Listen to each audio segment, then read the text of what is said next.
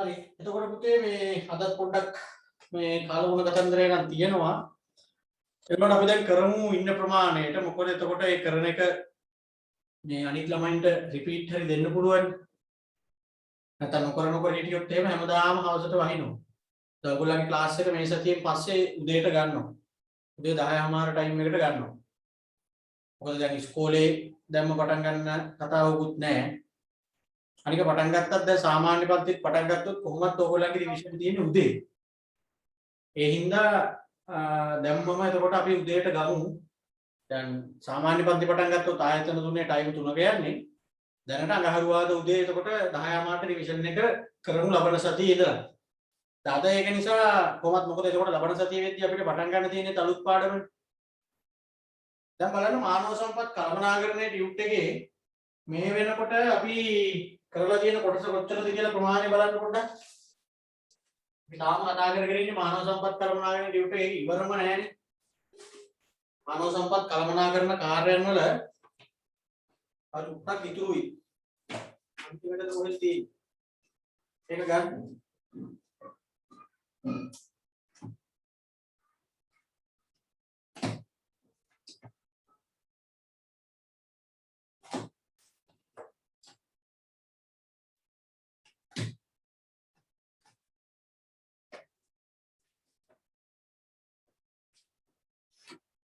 මට කියන්න පුතේ කොයි ටිකේද නවත දුක් ගැනීම විසඳුවා ඊළඟට විනය කළමනාකරණය කතා කරා සෞඛ්‍ය හා ආරක්ෂාව කළමනාකරණය කතා කරා කාර්මික සම්බන්ධතාව කියන දන්න නේද තියෙන්නේ 23 පිටුවේ 50 ආරියයි කාර්මික සම්බන්ධතාව කියන්නේ දැන් එතකොට මානව සම්පත් කළමනාකරණයේ පාඩම අපි කතා කරගෙන ඇවිල්ලා අවසාන හරිය තමයි දැන් ඇවිල්ලා තියෙන්නේ අපි එතකොට තේරුම් ගත්තා මේකෙන් අපි කතා කරන්නේ මේ සේවකයන් හා සම්බන්ධ කටයුතු ටික කොහොමද කළමනාකරණයක් ඇතුව කරන්නේ කියලා.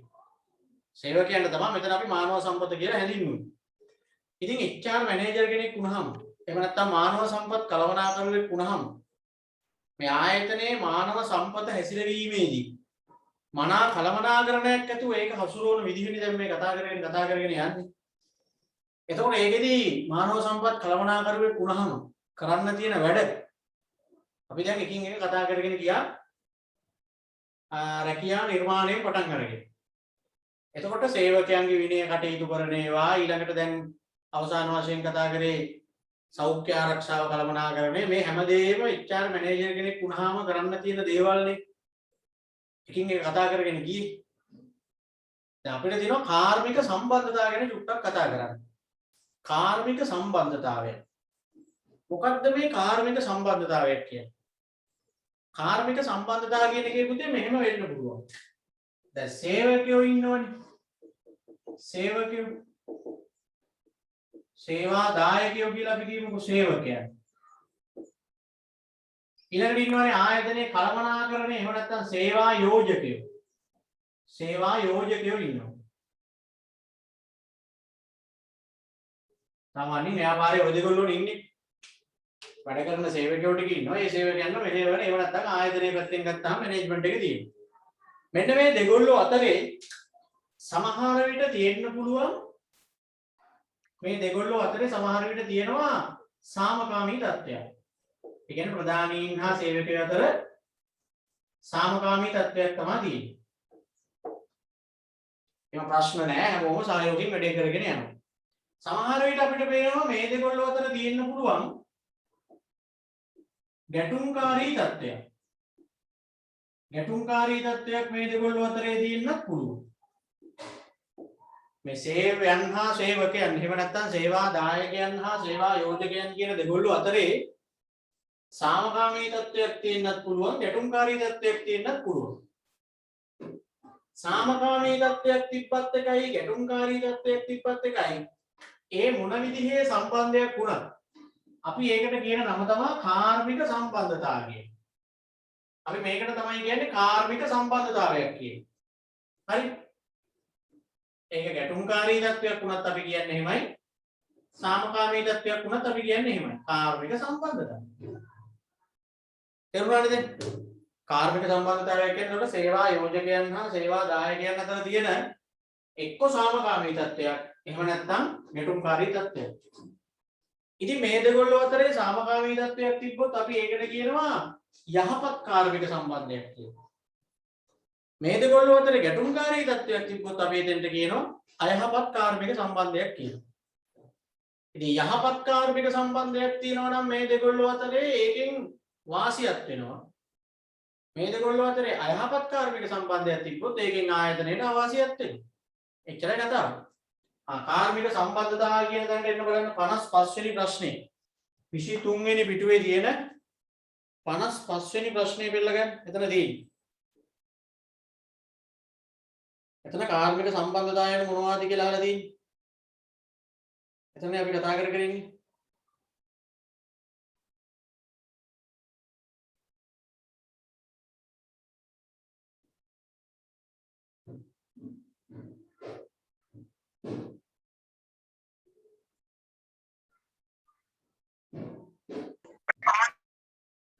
හරියට මේව සේව්‍ය සේවක දෙපාර්ශ්වය අතර පවත්නා සේව්‍ය සේවක දෙපාර්ශ්වය අතර පවත්නා සේව්‍ය සේවක දෙපාර්ශ්වය අතර පවත්නා සේව්‍ය සේවක දෙපාර්ශ්වය අතර පවත්නා කවර හෝ ආකාරයක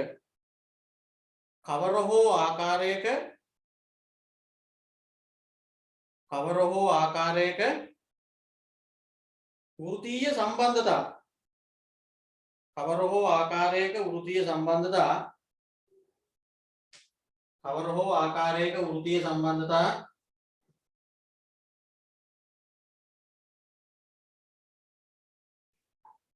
සේවක වෘත්තීය සම්බන්ධතා සේවක සම්බන්ධතා හෙවත් කාර්මික සම්බන්ධතා ලෙස හැඳින්වේ. සේවක සම්බන්ධතා හෙවත් කාර්මික සම්බන්ධතා ලෙස හැඳින්වේ. ඒ දෙකොල්ලෝ අතරේ තියෙන මොන විදිහක හරි කමන්නේ සම්බන්ධය. මොන විදිහක හරි කමන්නේ කිව්වහම මම කිව්වා මේ දෙකොල්ලෝ අතරේ සාමකාමී තත්ත්වයක් තියෙන්නත් පුළුවන්. ගැටුම්කාරී තත්ත්වයක් තියෙන්නත් පුළුවන්. ඒ කොහොම වුණත් අපි ඒකට කියන්නේ කාර්මික සම්බන්ධතාවයක් කියලා.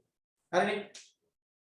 ඊළඟට එහා පැත්තේ තියෙනවා කාර්මික සම්බන්ධතාවයකට දැන් මේ සේව් මෙතන චරිත දෙක තේරුම් ගන්න එපා මුලින්ම. එක චරිතයක් සේවා දායකයා. එහෙම නැත්නම් සේවකයා කියමු. අනිත් චරිතය සේවා යෝජකයා. එහෙම නැත්නම් සේව්‍යා කියලා කියමු. ඒ දෙන්නව නිර්වචනය කරන විදිය තමයි හිස්තැන් පුරවන ප්‍රශ්නයක් විදියට එහා පැත්තේ දාලා තියෙන්නේ. ඒ දෙන්නව කොහොමද හඳුන්වන්නේ කියලා බලන්න චුට්ටක්. සේව්‍යා යටතේ කුමන හෝ තරාතිරමක පදනමක් හෝ ගිවිසුමක් මත යම් පරිශ්‍රමයක් ලැබමින් වැඩ කරන හෝ වැඩ කිරීමට ගිවිසුම් ඇති කරගත් ඕනෑම පුද්ගලයෙකු අපි කියනවා සේවා දායකයා කියලා. කියන සේවා දායකයා. සේවකයා කියන්නේ සේවා දායකයා කියන්නේ යා. කාගේ හරි යටතේ වැටුපක් දීමනාවක් ලබා ගන්න වැඩ කරන කෙනා. සේවා දායකයා. එහෙම අනිත් ස්ථානට එන්න බලන්න. එමෙන්ම කිසියම් පරිශ්‍රමයක් මත යම් පුද්ගලයෙකු එහෙම නැත්නම් පුද්ගල කණ්ඩායමක් යම් සේවයක නිරත කරවන්නන් කියන්නේ අනිත් අයව වැඩ කරවන අය අපි කියනවා සේවා යෝජකයන්. සේවා යෝජකයන්. පඩියක් යටතේ වැටුපක් යටතේ දීමනාවක් යටතේ වැඩ කරන කෙනා සේවා දායකයා. එහෙම වැඩ කරවන කෙනා සේවා යෝජකයා. එහෙමයි කියන්නේ. සේවා දායකයා සේවා යෝජකයා. ඊළඟට ශ්‍රමික සම්බන්ධතාවල ප්‍රධාන පාර්ශ්ව තුන ලියන්න ඕන. තුනක් නෑනේ දෙකයිනේ දැන් අපි දැක්කේ. හරි? ඒ කියන්නේ දැන් අපි කිව්වේ කාර්මික සම්බන්ධතාව. කාර්මික සම්බන්ධතාව කියලා කියනවා සේවක සම්බන්ධතාව කියලා කියනවා. එහෙම කිව්වහම අපි කිව්වේ සේවකයෝයි සේවා යෝජකයෝයි අතර තියෙන කුමන හෝ ආකාරයක සම්බන්ධයක් කියලානේ. එතකොට දෙන්නයි ඉන්නේ. ඔව් ප්‍රධාන වශයෙන් ඉන්නේ මේ දෙකොල්ලෝ තමයි. මේ දෙකොල්ලෝ අතරේ තමයි මේ සම්බන්ධතාවය හොඳ විදිහට හෝ නරක විදිහට වෙන්නේ. හැබැයි මෙතන තව පාර්ශවයක් සම්බන්ධ වෙනවා සමහර වෙලාවට. ඒ තමයි රජය. ඒ කියන්නේ මේ දෙකොල්ලෝ අතරේ ප්‍රශ්නය උග්‍ර වෙලා වැඩ වර්ජනයකට ගිහිල්ලා සේවකයෝ වැඩ කරන්නේ නැහැ. සේවා යෝජකයෝ ඒ ඉල්ලන ඉල්ලීම් දෙන්න කැමති නැහැ. එතකොට රට අපහසුතාවයටපත් වෙනකොට මිනිස්සු අපහසුතාවයටපත් වෙනකොට රජය මෙවට මැදිහත් වෙලා මේවා විසඳන්න බලනවා. ඒ නිසා කාර්මික සම්බන්ධතාව කියන එකේදී පාර්ශ්ව දෙකක් නෙවෙයි හරියට බැලුවොත් තුනක් ඉන්නවා. අර නිර්වචනාත්මකව බැලුවාම වෙන්නේ අපි කිව්වේ සේවකයන් හා සේවා යෝජකයන් අතර තියෙන කුමන හෝ ආකාරයක සම්බන්ධතාවයක් කාර්මික සම්බන්ධයක් කියලානේ. ඒතකොට ඉතින් එතන අපිට වෙන්නේ පාර්ශ්ව දෙකයි කියන්නේ. හැබැයි රජයක් ඉන්නවා කියලා මතක තියාගන්න. මේ තියෙන 16 වෙනි එකේ ස්ථන පුරවන්න තියෙන එතන ශ්‍රමික සම්බන්ධතාවල ප්‍රධාන පාර්ශ්ව තුන ලියන්න. ලියන්න සේවා දායකයන් හෝ ඔවුන්ගේ වෘත්තීය සමිති. සේවා දායකයන් හෝ වෘත්තීය සමිති.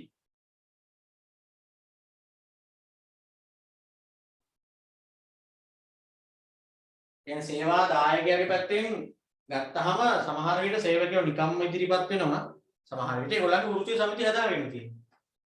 ඊළඟ පාර්ශ්වය තමයි සේවා යෝජකයන් හා ඔවුන්ගේ වෘත්තීය සමිති. මේ ප්‍රශ්නෙට සේවා යෝජකයන්ගේ පැත්තෙන් සමහර විට වෘත්තීය සමිති ඉන්නවා ඉදිරිපත් වෙලා. සේවා යෝජකයන් හා වෘත්තීය සමිති. ඊළඟට රජය. ඔය දෙගොල්ලන්ගේ ප්‍රශ්නේ විසඳන්න අන්තිමට රජයත් මැදිහත් වෙනවා. රජය. හරිනේ. ඔන්න කාර්මික සම්බන්ධතාව ගැන මූලික ටික හරි දැන් කාර්මික සම්බන්ධතාවයක් කියන එක නිර්වචනය කරන්නේ කොහොමද අර නිකන් කාර්මික සම්බන්ධතාව කිව්වහම නිකන් අපි හිතන්නේ නිකන් දෙගොල්ලෝ අතර ඇතිවන අර යහපත් විදිහට වෙන එකක් කියලානේ. නෑ ඉතින් යහපත් ආකාරයක සම්බන්ධතාව තියෙන්නත් පුළුවන්. අයහපත් ආකාරයකට සම්බන්ධතාව තියෙන්නත් පුළුවන්. ඒ කියන්නේ මේ දෙගොල්ලෝ අතරේ සාමකාමී තත්ත්වයක් තිබ්බත් ගැටුම්කාරී තත්ත්වයක් තිබ්බත් දෙකටම අපි කියන්නේ කාර්මික සම්බන්ධතාව කියලා. ඉතින් දෙගොල්ලෝ අතරේ සාමකාමී තත්ත්වයක් තිබ්බොත් ඒක යහපත් කාර්මික සම්බන්ධයක් කියනවා. දෙගොල්ලෝ අතරේ ගැටුම්කාරී තත්ත්වයක් තිබ්බොත් ඒක අයහපත් කාර්මික සම්බන්ධයක් කියලා කියනවා. හරි. ඒ වගේම දැන් මම අර ඔයගලන්ට මුලින්ම කිව්වා දැන් දෙගොල්ලෝ අතරේ හොඳ සම්බන්ධයක් තිබ්බොත් කියන්නේ මේ දෙගොල්ලෝ අතරේ යහපත් කාර්මික සම්බන්ධයක් තිබ්බොත් ඒකෙන් ආයතනයට වාසි. ව්‍යාපාරයට රටට හැමෝටම වාසි. මේ දෙගොල්ලෝ අතරේ තියෙන්නේ අයහපත් සම්බන්ධයක් නම්. ඒ කියන්නේ මේ දෙගොල්ලෝ අතරේ තියෙන්නේ සාමකාමී තත්ත්වයක් නෙමෙයි ගැටුම්කාරී තත්ත්වයක් නම්.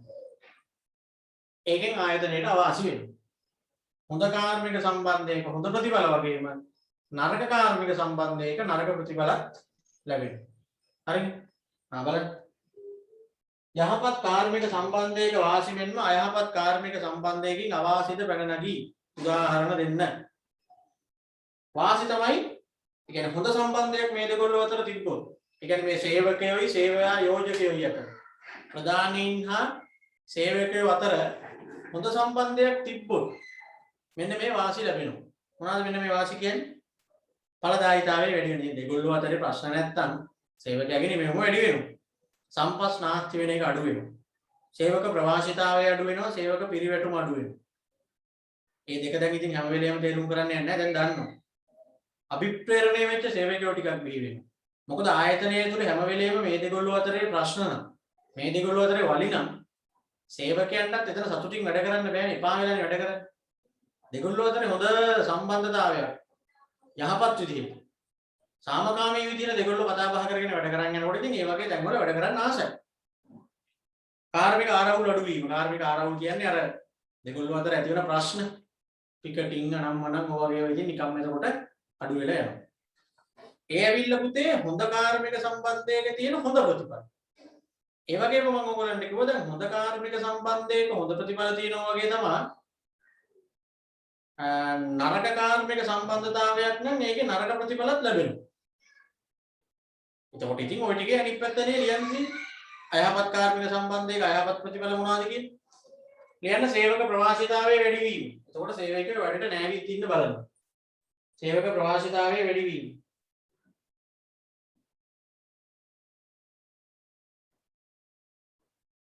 ව්‍යාපාර ක්‍රියාවලිය අඩපණ වීම. අර ව්‍යාපාරයේ සාමාන්‍ය යන ක්‍රියාට මේ යන වැඩපිළිවෙල නවතිනවනේ. ඉතින් සේවකයෝ දෙකොල්ලෝ අතර ප්‍රශ්න ඇති වුණාම ව්‍යාපාර ක්‍රියාවලිය අඩපණ වීම. ව්‍යාපාර ක්‍රියාවලිය අඩපණ වීම කියන වරහන් අක්ෂර ලියන්නේ වැඩ වර්ජන ආදිය මගින්. වැඩ වර්ජන ආදිය මගින්. වැඩ වර්ජන ආදිය මගින්. වැඩ වර්ජන ආදිය මගින්. වැඩ වර්ජන ආදිය මගින්. ඔය මොනවද ඔය ලියන්නේ අයහපත් කාර්මික සම්බන්ධයක් ඇති වුණොත් ඒකෙන් ඇති වෙන අහිතකර ප්‍රතිඵල. එකක් තමයි දැන් සේවකයෝ වැඩට නැවිත් ඉන්න බලනවා ප්‍රවාසිතාවය වැඩි වෙනවා. අනික තමයි දැන් ඔය කිව්වේ මොකද්ද? සේවක අර එදිනදා සාමාන්‍ය යන විදිහ දෛනික වැඩ කටයුතු ටික කරගන්න බැරි වෙනවා. දෙගොල්ලෝ අතරේ ප්‍රශ්න වුණා. සේවක චිත්ත ධෛර්යය හීන වීම. ඊළඟ එක ලියන්න. සේවක චිත්ත ධෛර්යය හීන වීම. සේවක චිත්ත ධෛර්යය හීන වීම.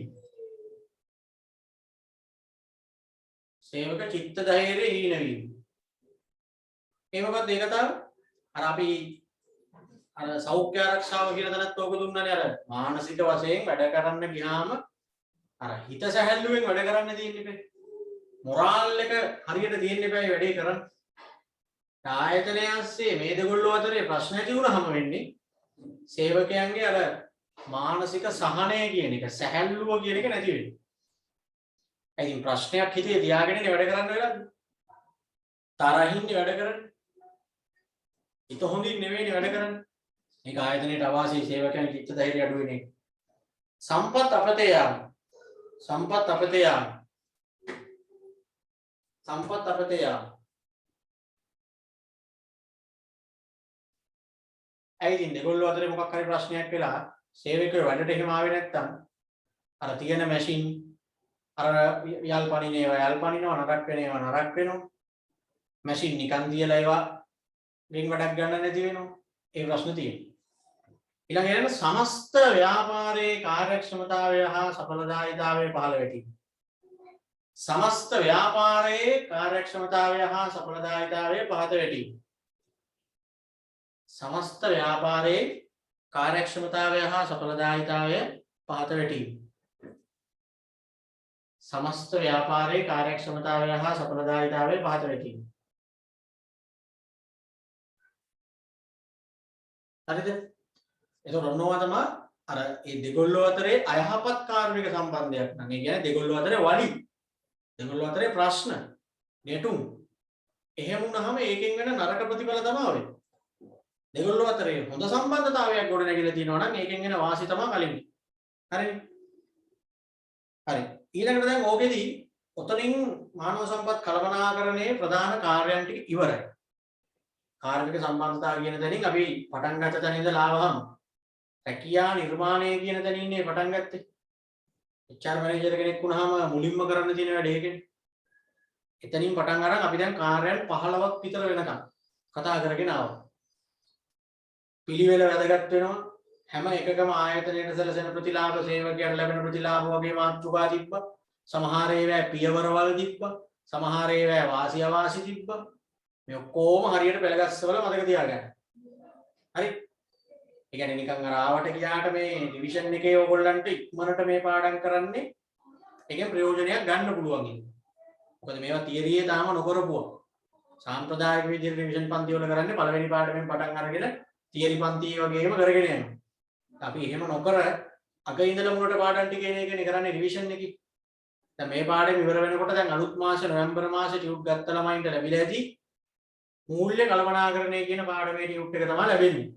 මම ඊයකට මැසේජ් එකක් දැම්මා ආයතන වලින් ටියුට් ගන්න පුළුවන් එහෙම කියලා. පුළුවන් හැමෝම ආයතන වලට ඇවිල්ලා ගන්න. මොකද මේ දවස්වල වැස්ස හින්දා කුරියර පරක්කු.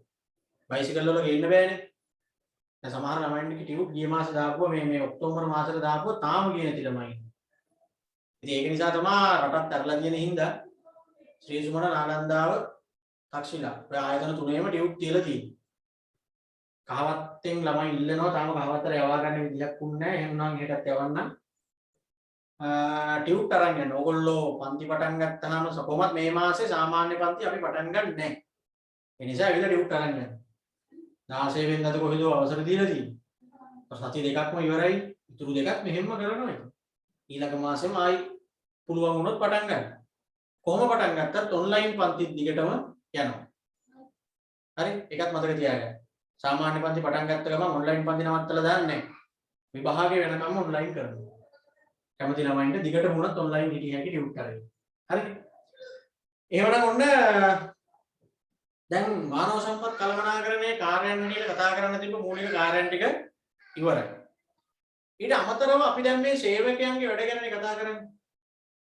සේවකයෙක් හැටියට වගේම ප්‍රධානියෙක් හැටියට දැනගන්න ඕනේ තව දේවල් ටිකක් තියෙනවා සේවකයෝ හා සම්බන්ධ. ඒ ටිකත් ඕගොල්ලන්ට දීලා තියෙනවා. අර මානව සම්පත් කල්පනා කරන කාර්යයන් ගොඩ උතුණින් ඉවර වුණාට ඊට පස්සේ තව සේවකයෝ හා සම්බන්ධ තොරතුරු ටිකක් තියෙනවා මතක තියාගන්න. එකක් තමයි සේවකයාගේ පැත්තෙන් ගත්තහම අපි දැනගන්න ඕනේ යාගේ අයිතිවාසිකම් මොනවද, යුතුයකම් මොනවද, වගකීම් මොනවද කියලා. හරිද?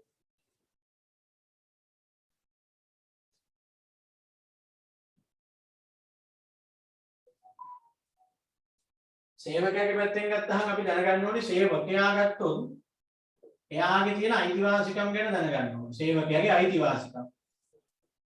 ඒ වගේම සේවකයෙක් හැටියට තියෙන යුතුයකම් මොනවද? ඒ වගේම සේවකයෙක් හැටියට තියෙන වගකීම් මොනවද? මෙන්න මේ දේවල් ටික දැනගන්න ඕනේ. ඒ වගේම තමයි සේවා යෝජකයා ගත්තාම. එහෙම නැත්නම් සේවයා කියලා අපි කියන්නේ. එයාගේ තියෙන අයිතිවාසිකම් ටිකයි යුතුයකම් ටිකයි වගකීම් ටිකයි. ඒ ටිකත් ඕන. අපි බලමු. සේවක අයිතිවාසිකම් යන්න හඳුන්වන්න. මේවා මේ අනපනත් වලින් ඇති කරපුවා. ඒගොල්ලෝ අනිවාර්යෙන්ම යම් කිසි ආයතනයක සේවකයෙක් වෙනවා අනාගතේ. ජොබ් එකක් කරනවානේ. එතකොට මතක තියාගන්න මෙන්න මේ අයිතිවාසිකම් තියෙනවා ඔයාලට. සේවකයෙක් විදිහට දැන් මේවා දැනගෙන ඉන්න එකත් වැදගත්නේ. දැන් ගොඩක් තැන්වල ඔය කීයක් හරි දෙන්නම් කියලා රස්සාවල් වලට ගන්නවා. අපි දැකලා තියෙන ඕනි තරම් සේවකයන්ගේ අයිතිවාසිකම් ඉෂ්ට වෙන්නේ නැහැ එතන. අනිත් එක තමයි සේවකයෝ දන්නෙත් නැහැ Tamanට මේ වගේ අයිතිවාසිකම් තියෙනවා කියලා. ඒ හින්දා ඔය ඉතින් කීයක් හරි දීලා පාඩුවේ වැඩ ගන්නවා. මෙන්න බලන්න කොහේ වුණත් කමන්නේ නැහැ. ඔයා යම් කිසි රැකියාවක් කරනකොට සේවකයෙක් විදිහට ඔයාට තියෙන අයිතිවාසිකම් මෙන්න මේවා.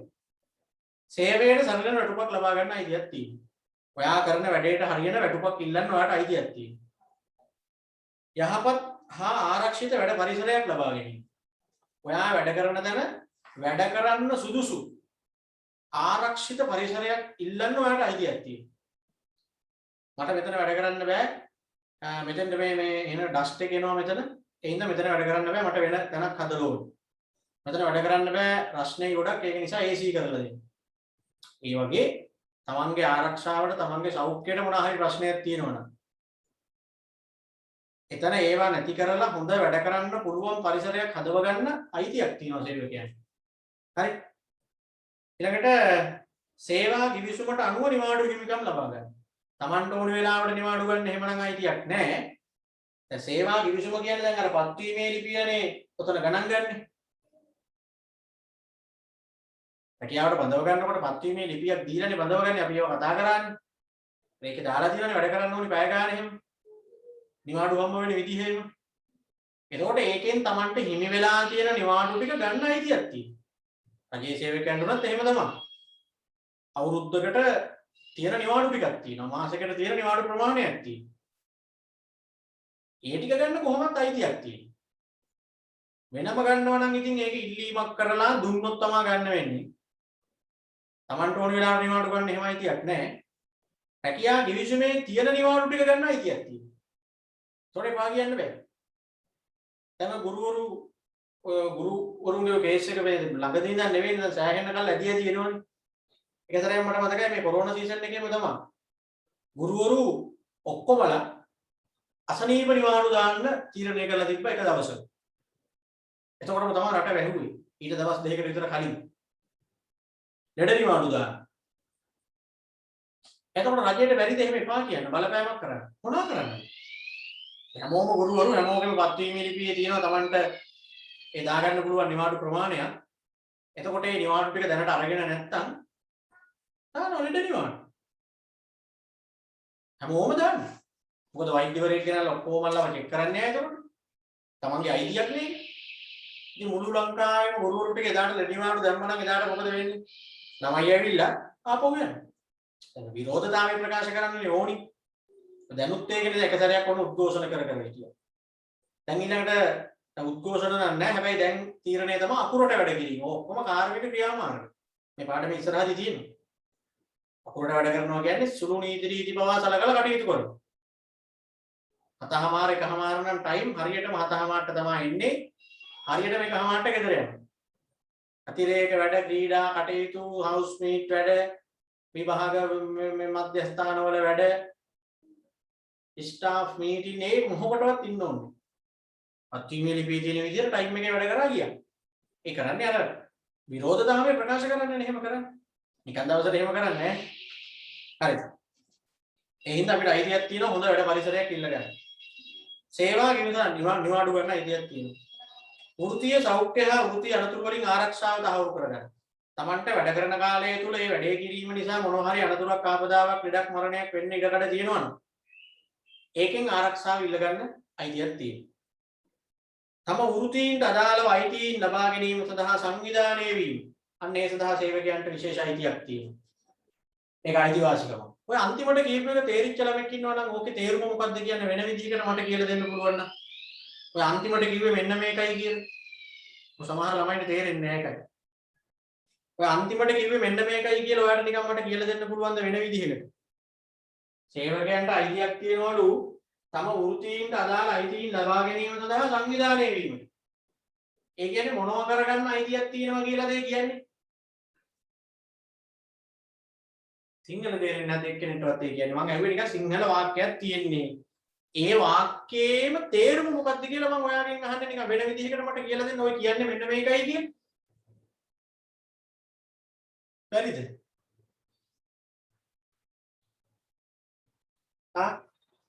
සැකේ ඉන්න එපා. හරිද වැරදිද කියලා බලන්න හරි කියලා දාන්න. අන්තිමට කියන්නේ සේවකයන්ගේ අයිතිවාසිකම. දැන් ඔයා ආයතනයක සේවකයෙක් කියලා හිතන්නකෝ. ඔය අන්තිම අයිතිවාසිකම ඔයාට ලැබෙනවා. ඒකෙන් මං අහන්නේ මොකක්ද ඒ අයිතිවාසිකම කියලා. මොකක්ද ඒකෙන් කරන්න පුළුවන් කියලා කියන්නේ සේවකයන්ට? කරන්න අයිතියක් තියෙනවලු මොකද්ද?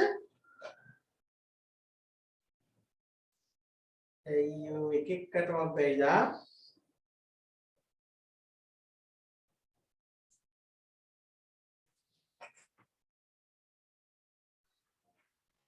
ඒ කියන්නේ සර් Tamanට ඕන නිවාඩු ටික බෝනස් ඒව ගන්න මේ පුළුවන් ඒ අයිතිවාසිකම් ලබා ගන්නවා කියලා එකක්ද? නෑ එහෙමම නෙමෙයි ඔය කියන්නේ. ආයි පාරක් කියවන්න බලන්න.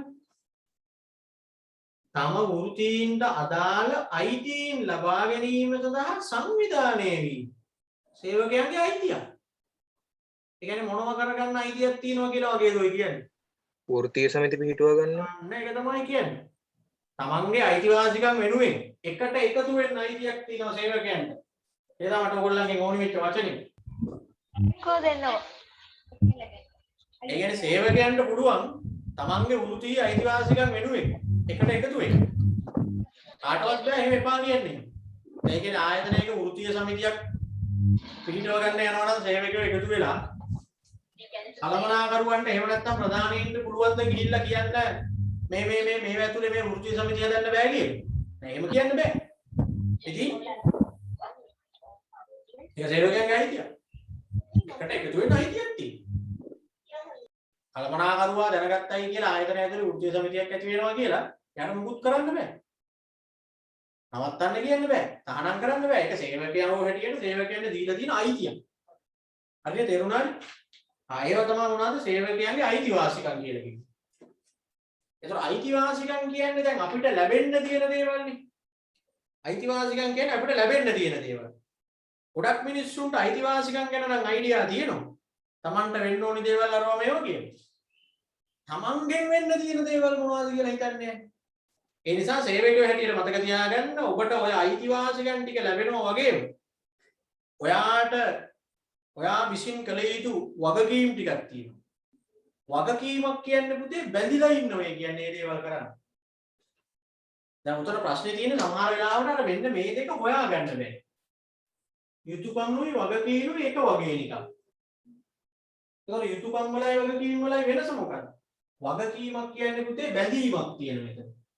සේවකයෝ හැටියට මෙන්න මේ දේවල් කරන්න අපි බැඳිලා ඉන්නවා. කරන්න වෙනවා ඒ කියන්නේ. ඒ තමයි වගකීම් කියන්නේ. යුතුයකම් කියන්නේ ඉතින් අපි කරනවා නම් හොඳයි. නොකලා කියලා කරන්න දෙයක්වත් නැහැ. දැන් ළමයි හැටියට දෙමව්පියන්ට සලකන එක වගකීමක්ද යුතුයකමක්ද? හරි? කියන්නේ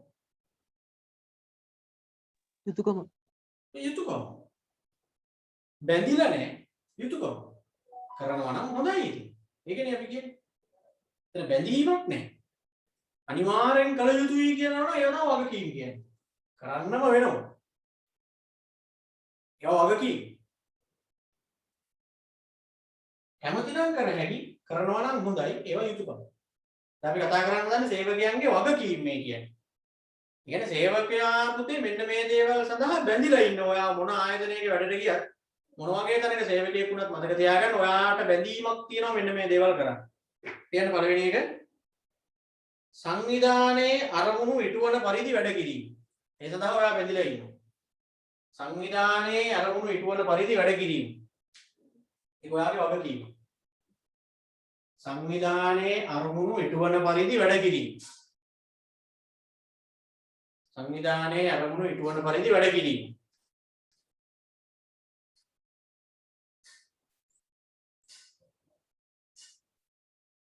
වැඩ ස්ථානයේ යහපත් ලෙස හැසිරීම. වැඩ ස්ථානයේ යහපත් ලෙස හැසිරීම. ඒ කියන්නේ වැඩ කරන තැන හොඳ විදියට හැසිරෙන එක. ඒකට ඉතින් ඔය බැඳිලා ඉන්නවා යහපත් විදියට හැසිරෙන්න. ආයතනයේ අරමුණු ඉටු වෙන විදිහට වැඩ කරන්න බැඳිලා ඉන්නවා. හරි? ආයතනයේ ටාගට් කවර කරන්න ඒ සඳහා වැඩ කරන්න බැඳිලා ඉන්නවා. හොඳ විදියට හැසිරෙන්න බැඳිලා ඉන්නවා. රැකියා ගිවිසුමට අනුව කාර්ය ඉටු කිරීමට. රැකියා ගිවිසුමට අනුව කාර්ය ඉටු කිරීමට. රැකියා ගිවිසුමට අනුව කාර්ය ඉටු කිරීමට. රැකියා ගිවිසුමට අනුව කාර්ය ඉටු කිරීමට. ඒ කියන්නේ රැකියා ගිවිසුම කියන්නේ දැන් මේ ආයතනයක් එක්ක යම්කිසි රැකියාවකට එකඟතාවයක් කරනකොට පත්වීමේ ලිපිය නේ රැකියා ගිවිසුම හැටියට හඳුන්වන්නේ. ඒ පත්වීමේ ලිපියේ ඔබට නියම වෙලා තියෙන වැඩ ටික කරන්න ඔයාලට වගකීමක් තියෙනවා. ඒ සඳහා ඔයා බැඳිලා ඉන්නවා. වගකීමක් කියන්නේ හැම වෙලේම මතක තියාගන්න බැඳීමක්. 8 ඉඳන් 4 වෙනකන් වැඩ කරන්න කියලා තමයි ගිවිසුමේ තියෙන්නේ. ඒ කියන්නේ පත්වීමේ ලිපියේ තියෙන්නේ. එතකොට ඒක ඔයාලට කරන්නම වෙනවා. එතන බැඳීමක් නේ තියෙන්නේ. දැන් ඔයා දෙකට විතර අහනවා ගෙදර යන්නද කියලා. ලියුම් එකක් දාලා යන්න හරි එම අහනවා නිකන්. තමන් ඉහළ නිලධාරියෙක්.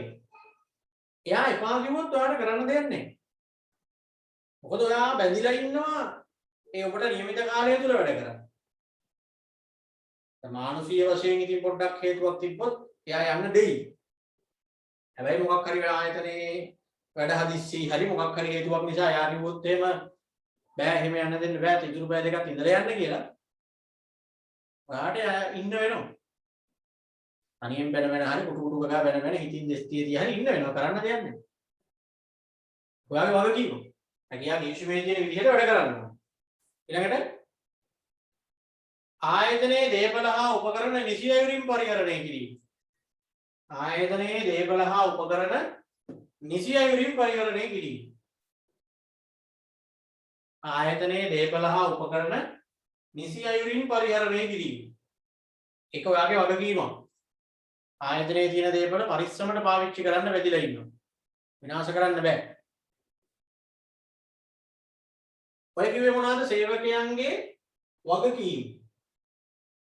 දැන් ඔයගොල්ලන්ට කිව්වා යුතුයකම් වලයි වගකීම් වලයි වෙනස මොකක්ද කියන්නේ? වගකීම් කියන්නේ බැඳීම. සේවකයන්ගේ වගකීම් කියන්නේ දැන් ඔය ලියාගත්තේ ඒ දේවල් කරන්න ඔයා බැඳිලා ඉන්නවා ආයතනයේ. යුතුයකම් කියන්නේ බැඳීමක් නෑ. ඔයා හිතලා කරන්න ඕනේ. ඉතින් කරනවා නම් හොඳයි. හරි. යුතුයකම් ඉෂ්ට කරේ නෑ කියලා ඉතින් කරන්න දෙයක් නෑ. යුතුයකම් කියන්නේ ඉතින් අපි විසින් අවිව ඉෂ්ට කරන්න දැනගන්න ඕනේ. බලන්න යුතුයකම් මොනවද? යුතුයකම් දීලා නෑනේ නේ. යුතුයකම් ටික ලියන්නේ නම් මෙහෙම සේවක වගකීම් නිසි පරිදි ඉටු කිරීම. වගකීම් ටික හරියට ඉටු කරන එක යුතුයකම. සේවක වගකීම් නිසි පරිදි ඉටු කිරීම. සේවක වගකීම් නිසි පරිදි ඉටු කිරීම. සේවක වගකීම් නිසි පරිදි ඉටු කිරීම. තමන්ගේ වගකීම් ටික හරියට ඉෂ්ට කරන එක පුතේ යුතුයකමක් වෙනවා. ආයතනයේ වැඩි දියුණුව සඳහා උනන්දු වීම. ඊළඟ යුතුයකම.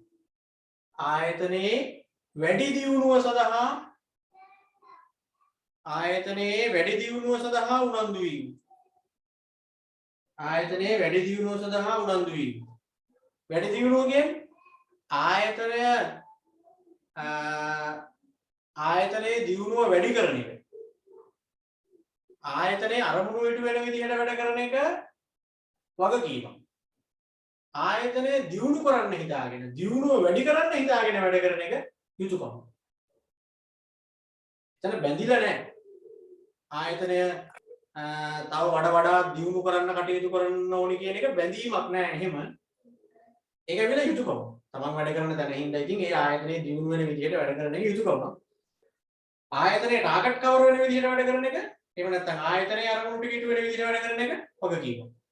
හරිනේ? يعني කියන වැඩේ කරන එක වගකීම. ආයතනයේ දියුණු කරන්න හිතාගෙන නිකන් පැනලා දෙනවා නම් ඒක යුතුයකමක්. ඒකයි කියන්නේ.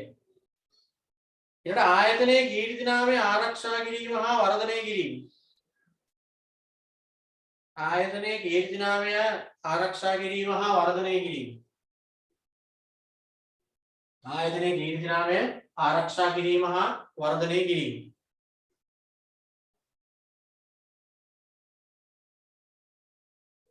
ආයතනයේ කීර්ති නාමය ආරක්ෂා කිරීම හා වර්ධනය කිරීම. ඔය යුතුයකම්. කරන්නම කියලා වැදිලා නැහැ. ඉතින් කරන්න ඕනේ. ඉතින් කරනවා නම් හොඳයි.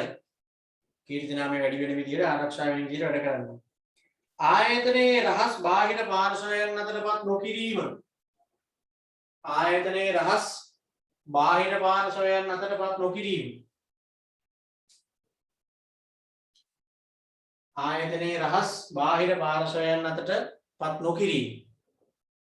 ආයතනයේ රහස් බාහිර පාර්ශවයන් දැන් ඒක යුතුයකමක් උනේ. එතන බැඳීමක් නැහැ. ආයතනයේ තියෙන දේවල් පිටතැන් වල ගිහිල්ලා කතා කරන්න බෑ කියලා අපි බැඳිලා නැහැ ඒ සඳහා. ඉතින් අපි යුතුයකමක් වෙනවා. ඉතින් තමන් වැඩ කරන තැනනේ තමන්ට හැඟීමක් තියෙන්න ඕනි. අතන මෙතන ගිහිල්ලා ඒකට දොස් කියන්න හොඳ නැහැ කියන එක. ඒ හැරෙන්න අර දොස් කියන්න ආයතනයේ තියෙන දේවල් පිටස්තරයන්ට කියන්න ආයතනයේ තියෙන එක රහස් දේවල් එළිය කියන්න. එහෙම නොකරන එක යුතුයකමක් වෙනවා. වගකීමක් නැහැ එතන හැබැයි. ඒක වගකීමක් නෙවෙයි. ඕනනම් කිව්වත් කරන්න දෙයක් නැහැ. ඒ මනුස්සයාගේ පෞද්ගලික ප්‍රශ්නයක්. ඔන්න එහෙමනම් දැන් සේවකයා කියන චරිතය ගත්තාම යාගේ අයිතිවාසිකම් මතක තියාගන්න, යුතුයකම් මතක තියාගන්න, වගකීම් මතක තියාගන්න. අයිතිවාසිකම් නම් අවුලක් නැහැ. උතන ළමයි වෙන්නේ ඕවා නිකන් එකින් එක කටපාඩම් කරනවට වඩා වැදගත් වෙන්නේ මේකයි. මේවා දෙන්නේ ගොඩක් වෙලාවට කවලම් කරලා දෙනවා. කවලම් කරලා දීලා ඊට සඳහන් දෑ අතරින් සේවක යුතුයකම් වන්නේ අයිතිවාසිකම් වන්නේ වගකීම් වන්නේ ඔන්නෝම අහන්න පුළුවන්. ඒ හින්දා හොඳම වැඩේ තමයි මේ තුන මතක තියාගන්නකොට. ඒ කියන්නේ අයිතිවාසිකමක් කියන්නේ මොන වගේ දෙයක්ද කියලා මතක තියාගන්න. මොකද මේ ටික කවලමේනේ දෙන්නේ. කවලමේ දුන්නාම ඔයා කොච්චර මේ ටික පාඩම් කරගෙන කටපාඩමේ තියාගෙන ගියද? අර එක ගොඩේ තියෙනකොට වෙන් කරගන්න ගියාම පොඩි විචිකිච්ඡාවක් එනවා. සැකයක්. හරිද දන්නේ නැහැ. මේක නිකන් යුතුයකමක් වගේ මට මතකයි වගකීමක් වගේ තියෙනවා ගගා. ඔය කෙල්ලෝ එහෙම වුණොත් දඟලන්නේ ඕල්ලෝ. එහෙම වුණාම එතනින් එහාට ඒක හරියට ගන්න බෑ ගලපලා. හොඳම වැඩේ තමයි දැන් කරුණු ටික දැක්කහම ඔයාට පුළුවන් වෙන්න ඕනි ඒකෙන් අරගෙන වෙන් කරන්න. අයිතිවාසිකම් වගේ ඒවා. ඒතකොට කියවනකොට තේරෙනවා මේක අයිතිවාසිකමක් වගේ තමයි. අයිතිවාසිකමක් කියන්නේ මොන වගේ දෙයක්ද කියලා ඔළුවේ තියාගන්න. ඒකයි මම මේ කියන්නේ. අයිතිවාසිකමක් කියන්නේ අපිට ලැබෙන්න තියෙන දේවල්. අපි විසින් දිනාගත යුතු දේවල්. ඒතකොට ඔය තුනම එතකොටේ දාලා තියෙනකොට නිකන් අපි විසින් දිනාගත යුතු දේවල් වගේ ඒවා තියෙන. ඒව අයින් කරනවා අයිතිවාසිකම් කියන්නේ. වගකීම් කියන්නේ අපි කරන්න බැඳිලා ඉන්න දේවල්. ඒක බැඳිලා ඉන්නේ අපි ඒ දේ කරන්න. ඒවා වගකීම් කරන්න වෙනවා. යුතුයකම් කියන්නේ බැඳිලා නැහැ. කරනවා නම් හොඳයි. මේක තමන්ගේ පෞද්ගලික චර්යාව මත තමයි තීරණය වෙන්නේ. යුතුයකම් ඉෂ්ට කරනවා කියන්නේ. හරිනේ? අර දෙමව්පියන්ට සලකන එක වගේ තමයි. යුතුයකමක් නේ එතන තියෙන්නේ. මේ සමහර ළමයි දෙමව්පියන්ට සලකන්නේ නැහැ. සලකුවේ නැහැ කියලා ඉරේ දාන්න නීතියක් නැහැ නේ රටේ. මේ තමන් පොඩි කාලේ ඉඳන් බලාගත්ත ඒ සේරම කරපු දෙමව්පියන් සලකන එක ළමයිගේ යුතුයකමක් නේ. මේ වගකීමක් නැහැ. ඒ වගේ තමයි. ඒතකොට සේවකයෝ හැටියට තියෙන අයිතිවාසිකම් කියන්නේ අපි දිනා ගන්න ඕන දේවල්, වගකීම් කියන්නේ අපි කරන්න බැඳිලා ඉන්න වගේ දේවල්, යුතුයකම් කියන්නේ ඉතින් කරනවා නම් හොඳයි හොඳ දේවල්. අන්න ඒ අයිඩියාව තුල මතක ළමයින්ට ඔය තුන එක කොටේ තිබ්බහම කියෝනකොට ටක් ගාලා ඔළුවට එනවා මේක අයිතිවාසිකමක් වගේ. මේක නම් වගකීමක් වගේ. මේක නම් යුතුයකමක් වගේ. අන්න එහෙම කියලා ඔළුවට එනවා. ඒක තමයි හොඳම ක්‍රමය. ඊළඟට අපි යනවා සේව්‍යා ගැන කතා කරන්න. සේව්‍යා ගැන පුතේ මේ තුනම දැනගන්න ඕනේ. සේව්‍යා එහෙම නැත්නම් අපි කියමු සේවා යෝජකයා කියන. එයාටත් තියෙනවා අයිතිවාසිකම් ටිකකුයි වගකීම් ටිකකුයි යුතුයකම් ටිකකුයි. අයිතිවාසිකම් ටිකකුයි වගකීම් ටිකකුයි යුතුයකම් ටිකකුයි. මුලින්ම තියෙන්නේ සේව්‍යාගේ අයිතිවාසිකම්. දැන් අපි මේ බලන්නේ කාගේ අයිතිවාසිකම්ද? ආයතනයේ පැත්තෙන් ඒගොල්ලන්ගේ අයිතිවාසිකම්. ඒ කියන්නේ අපි ලව්ව වැඩ කරව ගන්න කට්ටිය. ඔයත් ඉතින් ඒ චරිතේ ඉන්නත් පුළුවන්. ඔයා තමයි මෙතන සේවා යෝජකයා වෙන්නේ මේ වෙලාවේ. ඔයා යටතේ ඉන්නවා සේවකයෝ ටිකක් වැඩට. ඒතකොට දැන් කතා කරේ ඒ ඔයා යටතේ වැඩ කරන සේවකයන්ගේ අයිතිවාසිකම් යුතුයකම් වගකීම්. දැන් කතා කරන්නේ ඔයාගේ අයිතිවාසිකම් යුතුයකම් වගකීම්. දැන් ඔයා ඇවිල්ලා මෙතන කවුද? ඔයා වැඩ කරන කෙනෙක් නෙවෙයි. ඔයා සේවකයෙක් නෙවෙයි. ඔයා සේවා යෝජකයෙක් මෙතන. ඔයා ඉන්නේ වැඩ කරව ගන්න දැන්. අපල මොනවද ඔයාට තියෙන අයිතිවාසිකම් කියන්නේ? රැකියා ගිවිසුමට අනුව කාර්ය ඉටු කරවා ගැනීම. අත්ීමේ ලිපියේ තියෙන විදිහට වැඩේ කරව ගන්න ඔයාට අයිතියක් තියෙනවා. මොකා විදිහටද? සේවා යෝජකයා විදිහට. දැන් මම නම් හාම්පුතා. කියන්නේ මම නම් සේවා යෝජකයා. මං යටතේ වැඩ කරන සේවකයන්ගෙන් ඒ රැකියා ගිවිසුමේ තියෙන විදිහට වැඩ ගන්න මට අයිතියක් තියෙනවා. රැකියා ගිවිසුමේ තියෙන කොන්දේසි වලට අනුව වැඩ ගන්න එක මගේ අයිතියක්. ඒකනේ ප්‍රධානියලකට නිවාඩු එහෙම ඉල්ලගෙන ගිහිල්ලා ගෙදරික නිවාඩු දෙන්න බෑ කිව්වහම තනියෙන් හරි වැඩ ආයි වැඩ කරන්න ඇවිල්ලා. මොකද සේවකයා දන්නවා ඒක ඇවිල්ලා සේවා යෝජකයාගේ අයිතියක්. ප්‍රධානියාට අයිතියක් තියෙනවා රැකියා ගිවිසුමේ තියෙන විදිහට මගින් වැඩ ගන්න. ඒ හින්දා ඉතින් එපා කිව්ව එක ගැන කරන්න දෙයක් නැහැ. අන්න එහෙමයි.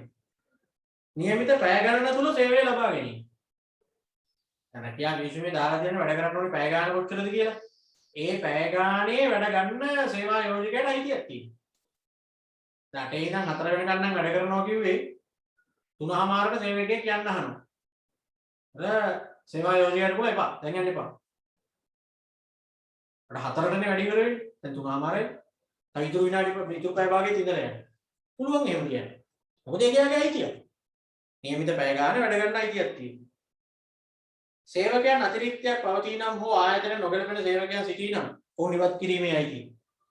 සේවා යෝජනයේ හැටියට යාට අයිතියක් තියෙනවා තමන්ටගේ ආයතනයේ ඕනකට වඩා සේවකයෝ ඉන්නවා නම් එහෙම නැත්නම් ආයතනයේ වැඩවලට නොගැලපෙන සේවකයෝ ඉන්නවා නම් අයින් කරන්නත් අයිතියක් තියෙනවා. එහෙමයි කියලා ආවට ගියාට තමන්ගේ පෞද්ගලික ඕනෑකම් මත අයින් කරන්න බෑ. සාධාරණ හේතුවක් තියෙන්නත් ඕනේ. සේවකයෙක් අයින් කරන්න අයිතියක් තියෙනවා. හැබැයි සාධාරණ හේතුවක් එතන ඉදිරිපත් කරන්න නැත්නම් සේවකයා අනිත් පැත්තෙන් ගිහිල්ලා නඩු දාලා කේස් එක අදින්න. තම කර්මාන්තයේ පවත්වාගෙන යාමේදී මුහුණ දීමට සිදුවන අහිතකර තත්ත්වයන්ගෙන් ආරක්ෂා වීම සඳහා ඒකරාශී වීම. ඒක අර සේවකයන්ගේ අයිතිවාසිකම් වල අන්තිමට කිව්ව එකම තමයි. අර ඔයගොල්ලන්ගෙන් තේරුම ඇහුවේ. කියන්නේ තමන්ගේ අයිතිවාසිකම් දිනා ගන්න එකට එකතු වෙන්න අයිතියක් තියෙනවා කියලා කිව්වනේ සේවකයන්ට. ඒකම සේවා යෝජකයන්ටත් තියෙනවා. තමන්ගේ කර්මාන්තයට බලපාන යම් යම් ප්‍රශ්නවලදී එකට සෙට් වෙලා වැඩ කරන්න අයිතියක් තියෙනවා. දැන් මේ වෙලාවේ ලංකාවේම ගුරුවරුන්ට ඇවිල්ලා තියෙන ප්‍රශ්නයක් නේ.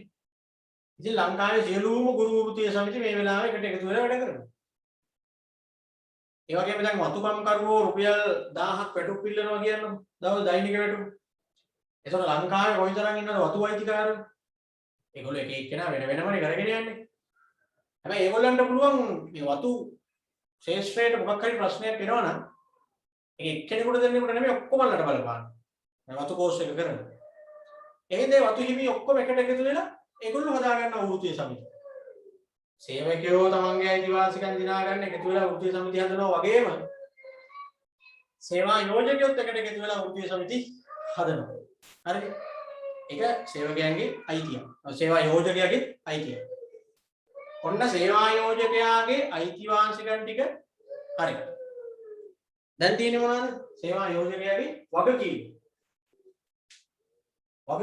වගකීම් කියන්නේ හැම විටම මතක තියාගන්න අයිතිවාසිකමක් කිව්වොත් දිනා ගන්න තියෙන දෙයක්. අපිට ලැබෙන්න තියෙන දෙයක්. වගකීම් කිව්වහම කතා කරන්න හදන්නේ වගකීම් පැත්තනේ. බැඳීමක් එතන තියෙනවා. වගකීම් කියන්නේ බැඳීම. බලන්න මොනවද කියන්නේ? රැකියා ගිවිසුමට අනුව ගිවිසගත් වැටුප ගෙවීම ලියන්නේ. සේවා යෝජකයා ඒකට බැඳිලා ඉන්නවා. සේවා යෝජකයා බැඳිලා ඉන්නවා සේවකයන්ගෙන් ගත්ත වැඩවල හැටියට වැටුප ගෙවන්න. රැකියා ගිවිසුමට අනුව ගිවිසගත් වැටුප ගෙවීම. රැකියා ගිවිසුමට අනුව ගිවිසගත් වැටුප ගෙවීම.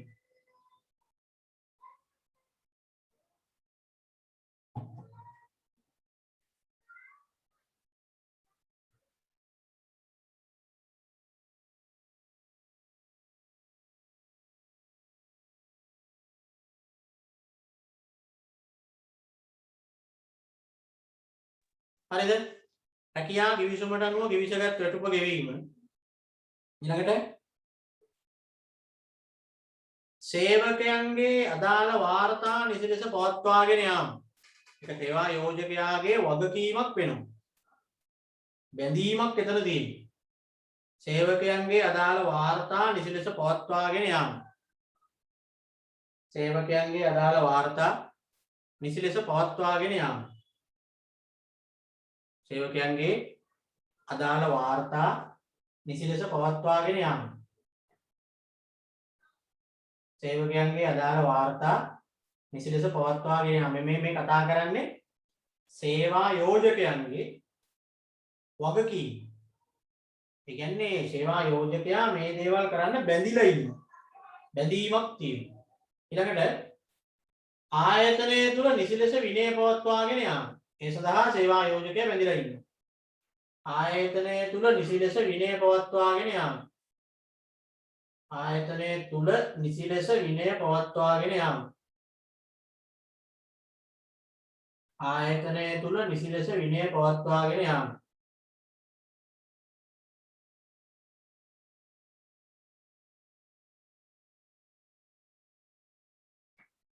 ඒකට සේවා යෝජකයා බැඳිලා ඉන්නවා.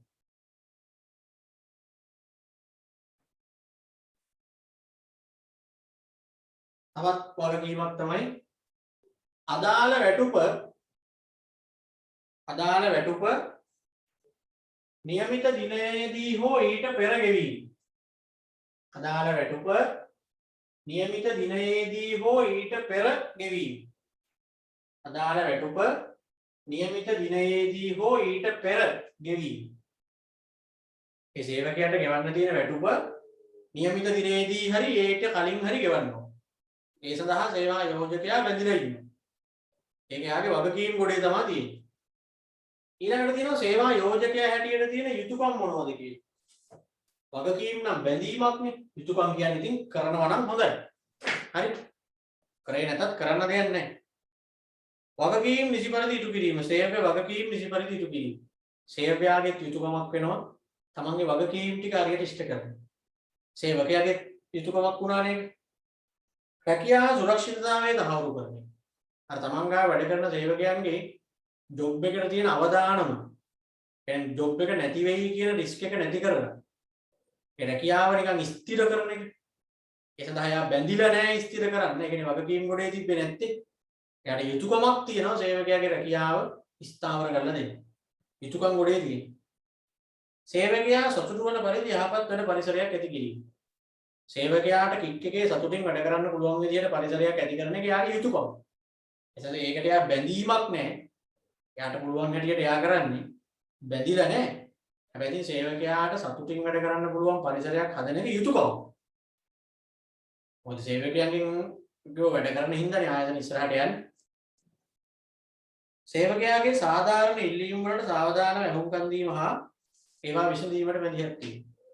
සේවකයා මොනවා හරි සාධාරණ ඉල්ලීමක් කරනවා නම් ඒකට මැදිහත් වෙලා ඒක විසඳලා දෙන එක එයාගේ යුතුයකමක් වෙනවා. බැඳිලා නැහැ. ඒ කියන්නේ සේවකයන්ගේ ඉල්ලන ඒවා දෙන්න එයා බැඳිලා නැහැ. අර යුතුයකමක් තියන විදිහ සාධාරණ ඉල්ලීමක් නම් ඒක ගැන සලකලා බලලා ඒකට සාධාරණයක් ඉෂ්ට කරලා දෙන්න. හරි. එහෙනම් ඔන්න දැන් චරිත දෙකම හරි. සේවකයා කියන චරිතය ගත්තා. සේවා යෝජකයා කියන චරිතය ගත්තා. ඒ දෙකේම අයිතිවාසිකම් වෙනම කතා කරා, වගකීම් වෙනම කතා කරා, යුතුයකම් වෙනම කතා කරා. හරිනේ. අයිතිවාසිකම් යුතුයකම් වගකීම්. මේ වැඩෙත් හරි. ඊළඟට අපෙන් අහනවා මේ කාර්මික ක්‍රියාමාර්ගය නේ කාර්මික ආරවුලක් කියන්නේ මොකක්ද කියන්නේ? කාර්මික ආරවුලක්. දැන් ඉස්සෙල්ලා කතා කරානේ කාර්මික සම්බන්ධතාවයක් කියන්නේ මොකක්ද කියලා. දැන් මේ කතා කරන්නේ 26 වෙනි පිටුවේ 60. 26 වෙනි පිටුවේ උඩම තියෙන 60 කියන ප්‍රශ්නයක. කාර්මික ආරවුලක් කියන්නේ අදහස් වන්නේ මොකක්ද කියලා අහනවා. දැන් ඉස්සෙල්ලා කාර්මික සම්බන්ධතාව කියන්නේ මොකක්ද කියලා ඇහුවේ. ඒ කාර්මික සම්බන්ධතාව කියන්නේ මොකක්ද එතෙන්දි කිව්වේ? සේවකයෝයි සේවා යෝජකයෝයි අතර සාමකාමී තත්වයක් හරි ගැටුම්කාරී තත්වයක් හරි. කියන්නේ කුමන හෝ ආකාරයක සම්බන්ධයක් කියන්නේ. ඒ දෙගොල්ලෝ අතර තියෙන කුමන හෝ ආකාරයක සම්බන්ධතාවයක්. අපි කිව්වේ කාර්මික සම්බන්ධතාවයක් කියන්නේ. ඒක ගැටුම්කාරී තත්වයක් වෙන්නත් පුළුවන් සාමකාමී තත්වයක් වෙන්නත් පුළුවන්. හරිද? දැන් තියෙනවා කාර්මික ආරවුලක් කියන්නේ මොකක්ද කියලා.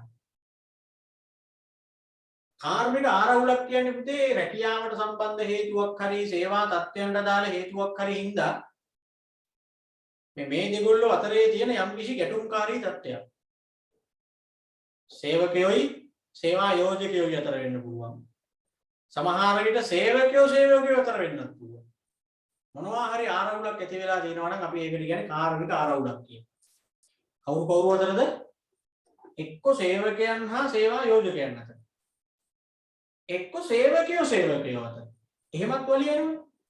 එහෙමත් ප්‍රශ්න ගැටුම් මොන තරම් ඇති වෙන්නේ සේවකයෝ අතර. එක්ක සේවකයෝයි ප්‍රධානීනුයි අතර. මොකක් හරි ආරවුලක් ප්‍රශ්නයක් ගැටුමක් ඇති වෙලා තියෙනවා නම් අපි ඒකට කියනවා මොකක් කියලාද? කාර්මික ආරවුලක් කියලා. ඒකට කියන්නේ මොකක් කියලාද? කාර්මික ආරවුලක්. හරිද? බලන්න. කාර්මික ආරවුලක් කියන එක හරියන්නේ ලියන්න මෙහෙම. කාර්මික ආරවුලක් කියන එක කිසියම් වෘත්තීය ප්‍රශ්නයක් හේතු කොටගෙන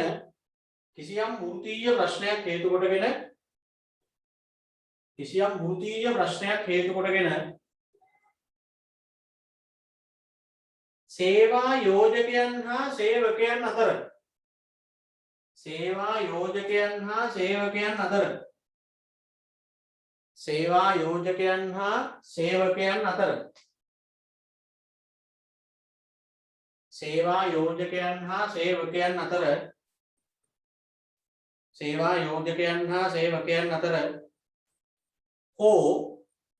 හෝ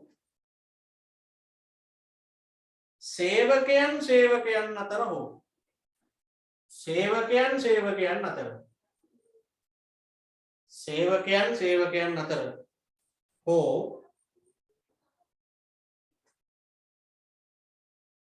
ඇතිවන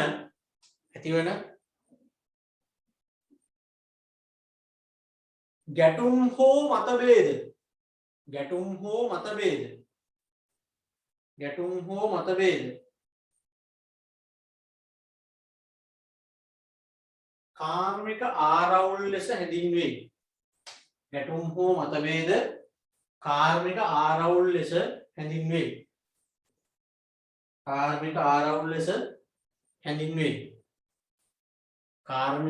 ලෙස හැඳින්වේ.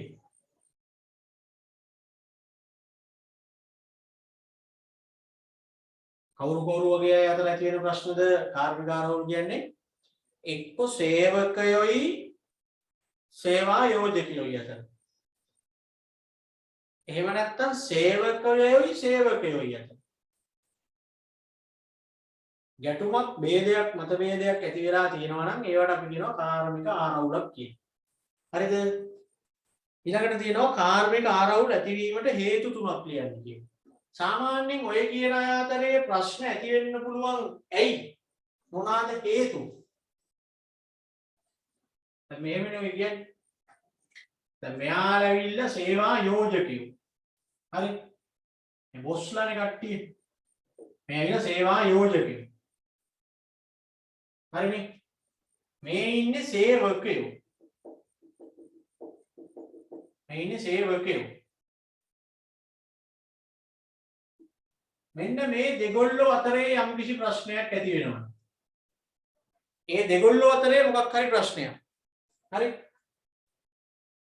මේගොල්ලෝ සේවා යෝජකයෝ මේගොල්ලෝ සේවකයෝ. ඒකත් කාර්මික ආරවුලක් කියලා කියනවා. එක්ක මේගොල්ලෝ අතර ප්‍රශ්නයක්. මේගොල්ලෝ අතර මොකක් හරි ප්‍රශ්නයක්. අරය සම්බන්ධයක් නැහැ මේගොල්ලෝ අතර ප්‍රශ්නයක්. ඒකට කියන්නේ කාර්මික ආරවුලක් කියලා. ඒක තමයි නිර්වචනයේ තේරුම. සේවා යෝජකයන් හා සේවකයන් අතර එහෙම නැත්නම් සේවකයන් අතර ඇති වෙන යම්කිසි ගැටුම්කාරී තත්ත්වයක් අරුබුදයක් ප්‍රශ්නයක් අපි කියනවා කාර්මික ආරවුල. හරිද?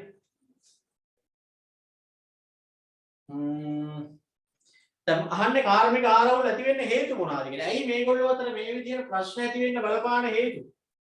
ප්‍රධාන හේතු තියෙනවා තුනක්. මේ කට්ටිය අතරේ ප්‍රශ්න ඇති වෙන්න පුළුවන් හේතු තියෙනවා කීයද? තුනක්. රස්සාව දීම හෝ නොදීම.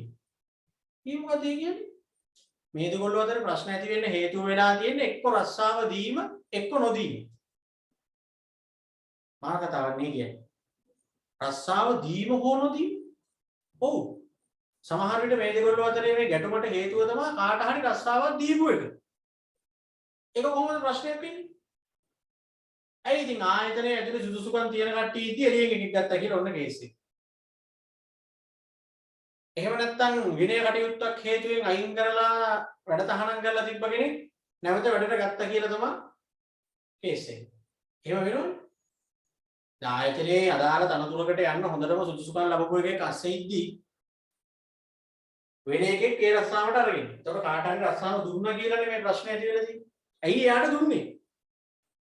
අන්න ඒකනේ ප්‍රශ්නේ. සමහර වෙලාවට ප්‍රශ්නේ රස්සාවක් දුන්නේ නැහැ කියන්නේ. රැකියාව නොදීම තමයි හේතු වෙලා තියෙන්නේ. ඒ කියන්නේ කාව හරි අසාධාරණ විදියට අයින් කළා සුදුසුකම් තියෙන කෙනෙක්ව කපලා දාලා දන්න කියන කෙනෙක්ව අරගෙන සුදුසුකම් තියෙන එක අයින් කළා. එතකොට ඒක එන ප්‍රශ්නයක් නේ ඇතුලේ. අන්න දැක්කද කාර්මික ආරවුලක් ඇති වෙන එක හේතුවක් තමයි එක්ක රැකියාව දීම තමයි හේතු වෙලා තියෙන්නේ. එහෙම නැත්නම් රැකියාව නොදීම තමයි හේතු වෙලා තියෙන්නේ. රැකියාව දීම හෝ නොදීම.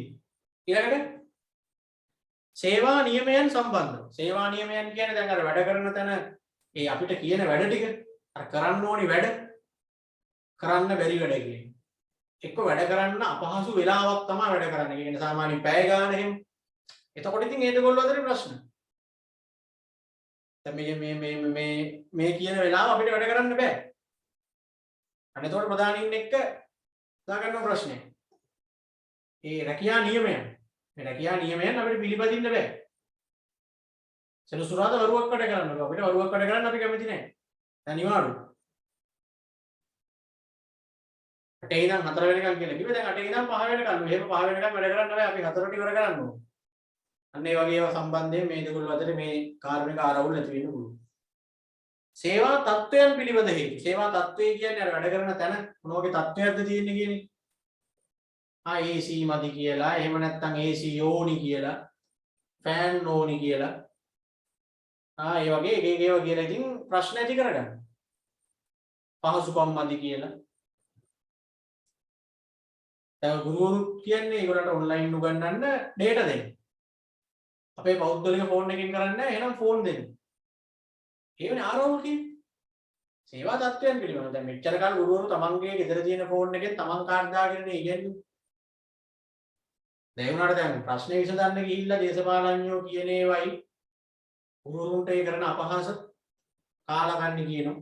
අනම්මනම් ඒ දේවලුත් එක්ක ඉතින් ගුරුවරුත් එතකොට පැනලා දෙන්නේ නැහැ ඉතින්. හරි ඉතින් අපි උගන්වන්න අපේ ෆෝන් එකෙන් බෑ ඔයගොල්ලෝ ෆෝන් දෙන්න. එක්ක ඉස්කෝලේට කැමරා අනම්මනම් දෙන්න. අපේ ඩේටා ගා ඉස්කෝලේ ඩේටා දෙන්න. තොරපු උගන්වන්න. ඒකනේ ඒක වෙන්නේ. අර සමහර මිනිස්සු මේ සමාජයේ මිනිස්සු නිකන් බලලා දොස් කියන ගුරුවරුන්ට ඒක ළමයින්ගෙන් පරිගන්න ගුරුවරු මම ඉස්කෝලේ ගුරුවරයෙක් නෙමෙයි. මට ඒ වෙනුවෙන් කතා කරන්න එපා. ඒ කරන වැඩේ සාධාරණ හින්දා ගුරුවරුනේ. ඒක ඇවිල්ලා ළමයින්ගෙන් පරිගැනීමක් නෙමෙයි. තමන්ට ලැබෙන්න තියෙන අයිතිවාසිකම් ටික රජයෙන් ලබා ගන්න හදන්නේ. රජයෙන් ඒ ටික දෙන්න ඕන. රජයට පුළුවන් නම් අරවට මේවට නිකන් බොරු වීදම් කරන්න. අරයාගේ මෙයාගේ තනතුරු උසස් කරන්න. ඒවට ලැබෙන වරප්‍රසාද අඩු වැඩි කරන්න. එක එක මන්තිරු හදන්න. එක එක රේස් පදින තැන් හදන්න. එතකොට මේ ගුරුවරුන්ට දෙන්න තියෙන වැටුප තමන්ට හිමි වැටුප නෙල්ලන්නේ. ඉතින් ඒක නිසා කාර්මික ආරවුල ඇති වෙන්න හේතුවක් වෙන්න පුළුවන්. ඒ සේවා තත්ත්වය සම්බන්ධ හේතු තමන්ට පහසුකම් මදි. අපිට මේ තියෙන පහසුකම් වලින් මේ ටික කරන්න බෑ. අපිට තව ඕනි. අපිට තව කම්පියුටර් ඕනි. මේ තියෙන දෙකෙන් මේ කියන වැඩ ටික කරන්න බෑ. අන්න ඒ වගේ කාර්මික ආරවුල ඇති වෙන්න ඒ වගේ හේතු තියෙනවා. හේතු කීයද එතකොට කාර්මික ආරවුල ඇති වෙන්න හේතු තුනක් කතා කරා. රැකියාව දීම හෝ නොදීම, රැකියා නියමයන් සම්බන්ධ හේතු, සේවා තත්ත්වයන් සම්බන්ධ හේතු. හරිනේ. මොකක්ද අපේ මාතෘකාව? කාර්මික ආරවුල. කාර්මික ආරවුල. ඒ ආරවුල ඇති වෙන්න හේතු තුනක් තමයි දැන් ඔය කිව්වේ. ඊළඟට කාර්මික ආරවුල් සේවා යෝජකයාට සේවකයාට බලපාන ආකාරය වෙන වෙනම ලියන්න. දැන් ඔය කියන විදිහට මේ දෙගොල්ලෝ අතරේ මොනවා හරි ගැටුමක් ප්‍රශ්නයක් ඇති වුණොත් හරි කියන්නේ සේවකයෝයි සේවා යෝජකයෝයි අතර ඒ වගේ ගැටුම්කාරී තත්ත්වයක් මතභේදයක් ඇති වුණොත් ප්‍රශ්නයක් ආවොත් ඒකෙන් වෙන බලපෑම හරි ඒක සේවා යෝජකයටත් බලපානවා සේවකයටත් බලපානවා දෙන්නටම බලපානවා මේ දෙගොල්ලෝ අතරේ ඒ වගේ ප්‍රශ්නයක් වුණොත් හොඳ හිත නැති වෙලා අයහපත් විදියට සම්බන්ධය ඇති වෙලා පරස්පර අදහස් ඇවිල්ලා හැම වෙලේම වලි ගැටුම් කියන්නේ මේ ගහගන්නේ කරන්නේ නෑනේ ආයතන වල හැම වෙලේම එක්ක ඉල්ලීම් ඉල්ලනවා වැඩ වර්ජන වලට යනවා කියනවා පිකටින් කරනවා ඒවනේ ඉතින් ප්‍රශ්න කියන එක අපිට එළියට පේන්නේ ඒවයිනේ ඒ අහවල් ආයතනයේ මොකක් හරි ප්‍රශ්නයක් කියන එක පේන්නේ අරගෙන්නේ නැතුව මේ අස්සේ පීයෙන් කොටා ගන්නවා කඩු වලින් ගහ ගන්නවා පිටි තියා ගන්නවා ඒ වගේ ගැටුම් නෑ ආයතනස් ඔය යනකොට බෝඩ් උස්සන් ඉන්නවා උද්ඝෝෂණ කරනවා ඒවයින් අපිට දැනගත්ත හැකි අන්න කාර්මික ආරවුලක් ඒ ආයතන. දැන් ඔය විදුලි සේවකයෝ මොකක් හරි කේස් එකක් තියෙනවා මං හිතන්නේ හෙට. අන්න දැක්කද ඉතින් ඒ විදුලි මොනවා හරි ඒගොල්ලන්ගේ යම් කිසි ඉල්ලීමක් දීලා නැතුව හරි මොකද දැන් එතන අපිට හිතන්න පුළුවන් ඒක එන ආරවුලක්. රජයේ සහ විදුලි මණ්ඩල සේවකයන් අතර මොකක් හරි ආරවුලක්. ඒකෙන් දැන් ඔය මොකක් හරි වර්ජනයක් හරි මොකක් හරි කරනවා කිය. දැන් එහෙම මොකද වෙන්නේ? මේ වැස්ස දවස්. අර මේ ගස් කඩහන් වල දැන් නිතරම කරන්ට් එක යනවා. දැන් මේ හවස 2:00ට තිබ්බ පන්තියත් දෙකට තිබ්බ පන්තියත් 3:00 වෙද්දි ඉවර කරන්න උනා සුතුස් ගාලා කරන්ට් එක ගියා. ඔයගොල්ලන්ගේ පන්ති පටන් ගන්න විනාඩි 15කට කලින් තමයි ආවේ. ඉතින් දැන් සමහරට සුවර් නෑ ඔය වහිනවා එක එක පැති වලට බොරුවම ඒ ඇසෙයි. අර මිනිස්සු වැඩ වර්ජනයක ඉන්න වෙලාවක මොකද වෙන්නේ එතකොට? මේ වගේ දවසක. කවුද හදන්නේ? අර ගස් වල අතු කපලා අරක මේක කළා හදන්න ගෙන්නේ නැහැ. ඊළඟට ප්‍රශ්නේ විසඳනකම් අපි යන්නේ නැහැ. එතකොට මේ ප්‍රශ්නේ විසඳනකම් අපිට ලයිට් නැහැ. කරන්ට් එක නැහැ. අන්න ඒව කාර්මික ආරවුල් කියන්නේ. ඉතින් ඒ හින්දා මේකේ බලපෑම දෙගොල්ලන්ටම තියෙන හැබැයි. ඒක ආයතනයේ පැත්තෙන් ආයතනයටත් බලපෑමක් තියෙනවා. මේ සේවකයටත් බලපෑමක් තියෙනවා. අපි බලමු දෙන්නගේ බලපෑම කොහොමද කියන්නේ. මුලින්ම අහන්නේ සේවා යෝජකයට තියෙන බලපෑමනේ. තියෙන බලපෑම මෙහෙම අඛණ්ඩව ව්‍යාපාර කටයුතු කරගෙන යාමට නොහැකි වීම. අඛණ්ඩව ව්‍යාපාර කටයුතු කරගෙන යාමට නොහැකි වීම.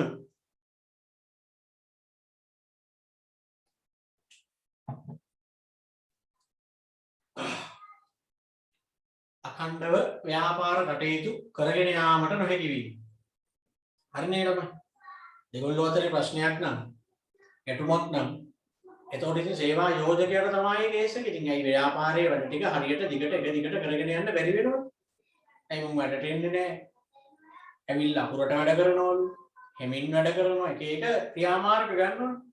ඒ වයින් එදිනෙදා ආයතනයේ වැඩ ටික තමයි කඩාකප්පල් වෙන්නේ. ඒක සේවා යෝජකයාට තියෙන බලපෑම. ඒකට ආයතනයේ කීර්ති නාමයට අහිත කරන ලෙස බලපෑම. ඒක සේවා යෝජකයන්ගේ බලපෑම. ආයතනයේ කීර්ති නාමයට අහිත කරන ලෙස බලපෑම. ආයතනයේ කීර්ති නාමයට අහිත කරන ලෙස බලපෑම. කීර්ති නාමයට අහිත කරන ලෙස බලපෑම.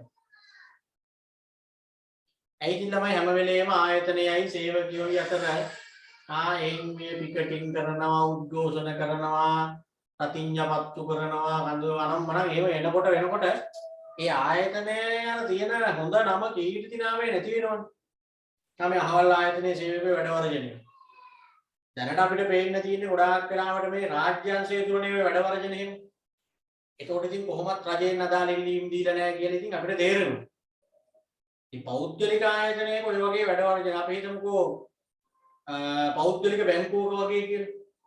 සියලුම ශාඛාවල සේවකයෝ මොකක් හරි ඉල්ලීමක් වෙනුවෙන් වැඩවර්ජනයක් එහෙම කරොත් එතකොට කෙලින්ම මුළු ලංකාවේම මේ අදාළ බැංකු ශාඛාවල වැඩ නැවතනකොට ආයතනයට ලොකු කැලලක් නේ. අර කොමර්ෂල් බැංකුවේ කවුරුවත් වැඩ දෙන්නේ නැහැ නුනේ ඔක්කොම මේ වඩි දීලා නැහැ කියන්නේ. අනේ නම කැතයි. ඊළඟ එක තමයි කාර්මික සාමයේ බිඳවැටීම නිසා සුහදතාවයේ බළුදු වීම. කාර්මික සාමයේ බිඳවැටීම නිසා සුහදතාවයේ බළුදු වීම. කාර්මික සාමය බිඳවැටීම නිසා සුහදතාවයේ බළුදු වීම. කාර්මික සාමයේ බිඳවැටීම නිසා සුහදතාවයේ බළුදු වීම. සුහදතාවයේ බළුදු වීම. සුහදතාවයේ බළුදු වීම. ඒ කියන්නේ පුතේ දැන් ආරවුලක් ඇති වුණාට පස්සේ ඒ ආරවුල විසඳෙනවා කියන්නේ. විසඳුණත් අර තිබ්බ හොඳ හිත නැති වෙනවනේ දැන් එතන. සුහදතාවය කියන දේ නැති වෙලා නේද? අපි හිතමු ජීවිතේට බැනගෙන නැහැ අපි. මේ ප්‍රධානියත් එක්ක මේ ඉන්න ලොක්කත් එක්ක අපි එහෙම ආගියු කරගෙන බැනගෙන නැහැ එහෙම. මොකක් හරි ප්‍රශ්නයක් වෙලා ආයතනයේ පැත්තෙන් සේවකයන්ට මොනවා හරි කියලා වණිනවා හරි තර්ජනය කරනවා හරි මොනවා හරි කරනවා. ඊට පස්සේ ඕක ඇදිලා කොහොම හරි එක පාර්ශවයකට මැදිහත් වෙලා ඔන්න ආරවුල විසඳනවා. විසඳුණාට දැන් අර වෙනද වගේ සේවකයොත් එක්ක කතා කරන්න ප්‍රධානියටත් බෑ ප්‍රධානියත් එක්ක කතා කරන්න සේවකයන්ටත් බෑ. නිකන් මූණ බලලා කතා කරන්න බැරි සීන් එකක් එනවා. ඕනිම තැනක ආරවුලක් ඇති වුණාම ආරවුල විසඳනවනේ උසාවියෙන් හරි පොලිසියෙන් හරි අහල පහල මිනිස්සු හරි. පාරේ රණ්ඩුවක් ගියත් ඔය ආරවුල විසඳෙනවා. හැබැයි ඉතින් හිතන්න ගමේ මිනිස්සෙක් එක්ක මොකක් හරි ප්‍රශ්නයක් ඇති කරගෙන පොලිසිය ගිහිල්ලා උසාවි ගිහිල්ලා ගහගන්න ගිහිල්ලා කොහොම හරි වුණ අන්තිම එකකතාවයකට ඇවිල්ලා ප්‍රශ්නේ විසඳනවා කියන්නේ. ප්‍රශ්නේ විසඳුන එක හරි. දැන් අර කලින් තිබ්බ ෆිට් එක තියෙනවද දැන්? හොඳට ෆිට් එකේ හිටපු දෙකොල්ලා. හැබැයි මේ කේස් එකෙන් පස්සේ කලින් තිබ්බ ෆිට් එක ටිකක් නැති වෙනවනේ අපිට උනත් දැන් නිකන් හිතේ තියෙනවනේ අර කියපුවා වෙනපුවා. ප්‍රශ්නේ විසඳගත්තා. ඒක හරි. හැබැයි තිබ්බ සුහදතාවය අර තිබ්බ ෆිට් එක නැති වෙනවා. ආයතනයේ ගුණත් එහෙම තමයි ඉතින්. මොකක් හරි ප්‍රශ්නයක් වෙලා පස්සේ ප්‍රශ්නේ විසඳෙන එක හරි.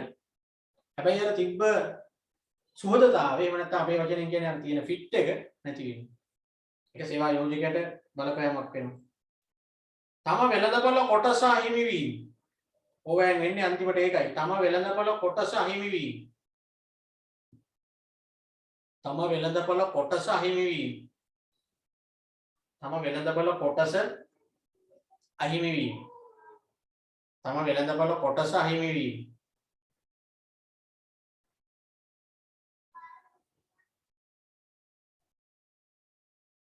ඒ කියන්නේ සමස්ත වෙළඳපොලේ Tamanට හිමි වෙලා ඉන්න ගණදෙනු කරුව ප්‍රමාණයනේ Tamanගේ වෙළඳපොළ කොටස කියලා කියන්නේ. දැන් බැංකු 4ක් 5ක් ගත්තාම ඒ ප්‍රදේශයේ ඉන්න මිනිස්සු ඒ එක් බැංකුවත් එක්කනේ සම්බන්ධ වෙලා තියෙන්නේ. ඒතකොට අපි හිතමු මේ ප්‍රදේශයේ ඉන්න මිනිස්සුන්ගෙන් වැඩිම ප්‍රමාණයක් account දාලා තියෙන්නේ කොමර්ෂල් එකේ කියන්නේ. කියන්නේ ඒගොල්ලන්ගේ වෙළඳපොළ කොටස වැඩි කියන එකනේ. බැරි වෙලා හරි ওই බැංකුවේ වැඩ වර්ජනයක් මොකක් හරි ඒ වගේ කේස් එකක් ඇති වුණොත් කාර්මික ආරවුලක් ඇති වුණොත් ඒ දවස් කීපයේ වැඩ ටික කරන්න බැරි වෙනවා. සේරම කඩාකප්පල් වෙනවා. මගේ ඇන හිටිනවා. එතකොට සමහර විට ඒ තමන් එක්ක හිටපු ගණදෙනු කාර්යෝ අර අනිත් බැංකු වලට යන්න පුළුවන්. එතකොට තමන්ගේ වෙළඳපොළ කොටසමක් වෙන එකද වෙන්නේ? අඩු වෙනවා. ඒ කියන්නේ තමන්ගේ දැන් ඇතුලේ ප්‍රශ්නනේ. ඇතුලේ ප්‍රශ්න වෙච්ච ගමන් තරගකරුවන්ට වාසි. එතකොට තමන් එක්ක ඉන්න ගණදෙනු කරුවෝ අර ආයතන වලට යනවා. අර අපේ අනිත් තරගකරුවෝ ගාවට යනවා. ඒතර අපිට හිමි වෙලා තිබ්බ වෙළඳපොළ කොටස අඩු වෙනවා. ඒකයි ඒ බලපෑම. ඊළඟට තරගකරුවන් සමග තරග කිරීමට නොහැකි වීම. තරගකරුවන් සමග තරග කිරීමට නොහැකි වීම. තරගකරුවන් සමග තරග කිරීමට නොහැකි වීම. තරගකරුවන් සමග තරග කිරීමට නොහැකි වීම. තරගකරුවන් සමග තරග කිරීමට නොහැකි වීම. ඒකත් ඉතින් අර මම කලින් කිව්ව කේස් එකම තමයි. ඉතින් ඇතුලේ ප්‍රශ්න තියාගත්තාම අපිත් එක්ක එළියෙන් එන තරඟකරුවන්ට අපි කොහොමද මුහුණ දෙන්නේ? දැන් අපි හිතමු දැන් යුද්ධයකට යනවා වුණා. ඒ යන කණ්ඩායම ඒගොල්ලන්ගේ ඇතුලේ ප්‍රශ්න නම් අර හතුරන්ට මුහුණ දෙන්න බෑනේ. ඇතුලේ එක එක අකුඩල් ගා ගන්නකොට අරුන් ඇවිල්ලා ගහනවා. ඒකනේ ප්‍රශ්නේ. ඇතුලේ ඒගොල්ලන්ගේ ප්‍රශ්න විසඳ ගන්නකොට මේ සමගිය නැති වෙලානේ. ඒතකොට පිටස්තරයන්ට මුහුණ දෙන්න අමාරුයි. ඒ ව්‍යාපාරවලත් ඒ කේස් එක වෙනවා. තරගයට මුහුණ දෙන්න අමාරුයි අපේ ඇතුලේ ප්‍රශ්නේ. ඒකට මූල්‍ය පාඩු මෙන්ම දේපල වලට හානි සිදු වීම. මූල්‍යමය පාඩු මෙන්ම දේපල වලට හානි සිදු වීම. මූල්‍යමය පාඩු මෙන්ම දේපල වලට හානි සිදු වීම. මූල්‍යමය පාඩු මෙන්ම දේපල වලට හානි සිදු වීම. I think ඔය ආරවුල් ගැටුමක් දක්වා ගිහිල්ලා ඇතුලේ ගහගෙන හරි මොකක් හරි මොකද දැන් මෙතනදී කාරණික ආරවුල් හැටියට හඳුන්වන්නේ සේවකයෝයි සේවා යෝජකයෝයි අතර ඇති වෙන ප්‍රශ්න විතරක් නෙමෙයි. නිර්වචනය කරනකොට කොහොමද දුන්නේ? සේවකයන් සේවා යෝජකයන් අතර හරි කමන්නේ. එහෙම නැත්නම් සේවකයෝ අතර හරි කමන්නේ. සේවකයෝ අතර ඇති වුණොත් ඒක කාර්මික ආරවුලක් තමයි. ඒතරෝ දැන් කියපු බලපෑම ගැන හිතනකොට ඔය කිව්වේ සේවා යෝජකයට වෙන බලපෑමනේ. මේ සේවා යෝජකයට ඔය බලපෑම වෙන්නේ සේවකයන්ගේ ගැටුමක් හින්දා වෙන්නත් පුළුවන්. එක්ක ප්‍රධානීන් හා සේවකයෝ අතර ගැටුමක් හින්දා වෙන්නත් පුළුවන්. ඒ මූල්‍ය පාඩු දේපල හානි වගේ කියලා කියන්නේ ප්‍රධානීන් හා සේවකයෝ ගහගන්නේ නැහැ. හැබැයි සේවකයෝ ගහගන්න පුළුවන්. අන්තිමට ආයතනය ඇතුලේ තියෙන දේපලනේ හානි වෙලා තියෙන්නේ. එතරනේ මූල්‍යමය පාඩු ආයතනයේ සමස්තයක් විදිහට වෙලා තියෙන්නේ. එහෙම වෙන්න පුළුවන්. ඔය කතා කරේ කාර්මික ආරවුල් හින්දා සේවා යෝජකයට වෙන බලපෑම. ආම්බුතාට වෙන බලපෑම. දැන් අපි බලමු එහෙම කාර්මික ආරවුල් ඇති කරගත්තාම සේවකයට මොකද්ද වෙන බලපෑම කියන්නේ? ආරවුල් ඇති වෙන්නේ ඒගොල්ලෝ අතරනේ වැඩි හරියක්ම ඉතින්. ඒතර අරයට බලපානවා වගේම සේවකයටත් බලපාන්න බෑ. සේවකයෝ ගහගත්තත් ඒක සේවකයට බලපානවා. කොහොමද බලපාන්නේ? කියන්නේ සේවකයට බලපාන විදිය නියමිත පරිදි වැටුප් නොලැබී යාම හෝ ප්‍රමාද වීම. නියමිත පරිදි වැටුප් නොලැබී යාම හෝ ප්‍රමාද වීම. ඇතුලේ ප්‍රශ්න දාගත්තාම සමහර විට ඉතින් අර Tamanට ලැබෙන්න තියෙන වැටුප ලැබෙන්නේ නැති වෙන්නත් පුළුවන්. එක්ක පරක්කු වෙන්නත් පුළුවන්. මේ ප්‍රශ්න දාගත්තාම එහෙම ඒවා එනවා ඉතින් සේවකයන් අන්තිමට. කේස් එකක් දාගෙන කොහොම හරි විනය කමිටුව හරි මොකකට හරි යවලා බාගද දැන් ඔය සේවකයෝ වගේ ගහගත්තාම එහෙම නෙවෙයි. පඩි කපන. එක්ක නියමිත දිනයට දෙන්න පරක්කු කරලා දෙනවා. ඒවට මුණ දෙන්න වෙනවා. ජීවන තත්ත්වය පහත වැටීම. කාර්මික ආරවුල ඇති වුණාම සේවකයට වෙන්න පුළුවන් දෙයක් තමයි ඒක. ජීවන තත්ත්වය පහත වැටීම. ජීවන තත්ත්වය පහත වැටීම. ඇයිතින් තමන්ගේ වැටුප් වර්ධක නතර වෙලා තමන්ට දඬුවම් හිමි වෙලා සමහර විට ආයතනයෙන් අයින් කරලා ඕනි දෙයක් වෙන්න පුළුවන් නේ ආරවුල් වලින් පස්සේ. දැන් සමහර විට කැම්පස් එකේ එහෙම බොහොම මාරුවෙන් මහන්සියලා ඉගෙනගෙන කැම්පස් යනවා. ගම්මුල ළමයි. කැම්පස් ගිහිල්ලා මොකක් හරි ඔය පිකටින් එකකට හරි මොකකට හරි ගිහිල්ලා ආණ්ඩු විරෝධී වැඩකට ගිහිල්ලා අර පොදු දේපල මොනවට හරි හානි කරලා අන්තිමට తాවකාලිකව නෙවෙයි කැම්පස් එකෙන් අයින්ම කරන වෙලාවල් තියෙනවා. ශිෂ්‍යභාවයේ తాවකාලිකව හොදි කරාම නම් මාසෙකින් විතර පස්සේ සති ගානකින් ඒ දවස් ගානකින් පස්සේ ආයි ගන්නවා. සමහර ඉතින් ඔය ගැටුම් මැස්සේ ගැටුමක් වෙනකොට ළමයි හිත ඉන්නේ නැහැ ආවේගශීලී ඉන්නේ ගොඩක් වෙලාවට. මොකක් හරි කරපු ක්‍රියාවක් හින්දා ඔන්න මාට්ටු වෙලා කැම්පස් එකෙන්ම අයින් කරන්න ඉඩ තියෙනවා. දඟලලා අවුරුදු 12ක් විතර තිස්සේ දඟලලා කැම්පස් යන්න ආවා. ඒක ටික දවසක් ඉඳලා රට හදන්න ගිහින් අයිතිවාසිකම් දිනා ගන්න ගිහින් අන්තිමට ගෙදර එනවා ඩිග්‍රියක් නැහැ මොකුත් නැහැ කරපු වියදමක්. ඉතින් මෙතනත් එහෙම තමයි සේවකයන්ටත් එහෙම වෙන්න පුළුවන්. තමන්ගේ ජොබ් එක නැති වෙලා සමහර විට පඩි අඩු වෙලා උසස් වීමක් ලැබෙන්න තිබ්බ එක නැති වෙලා ජීවන තත්ත්වේ පාර වැටෙනවා. අර කාර්මික සාමයේ විදවැටීම නිසා සුහදතාවයේ පළුදු වීම. ඒක දෙන්නටම බලපෑමක් වෙනවා. හරියටත් ඕක අපි කිව්වනේ. කාර්මික සාමයේ විදවැටීම නිසා සුහදතාවයේ පළුදු වීම. කාර්මික සාමයේ විදවැටීම නිසා සුහදතාවයේ පළුදු වීම.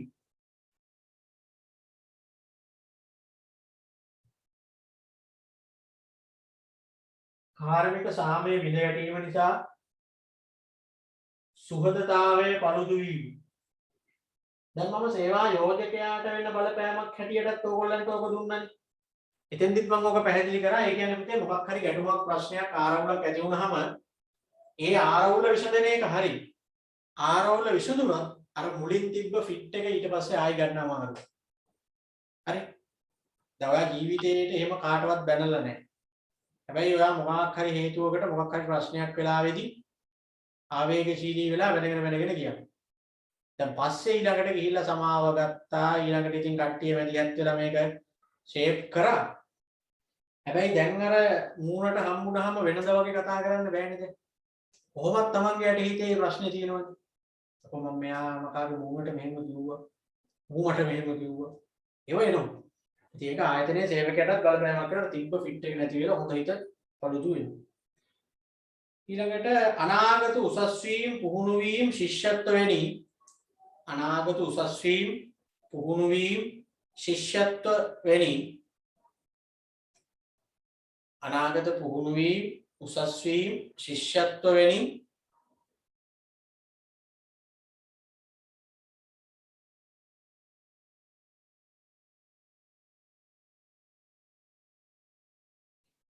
වෘත්තීය සංවර්ධනයට බාධා ඇතිවීම වෘත්තීය සංවර්ධනයට බාධා ඇතිවීම වෘත්තීය සංවර්ධනයට බාධා ඇතිවීම වෘත්තීය සංවර්ධනයට බාධා ඇතිවීම වෘත්තීය සංවර්ධනයට බාධා ඇතිවීම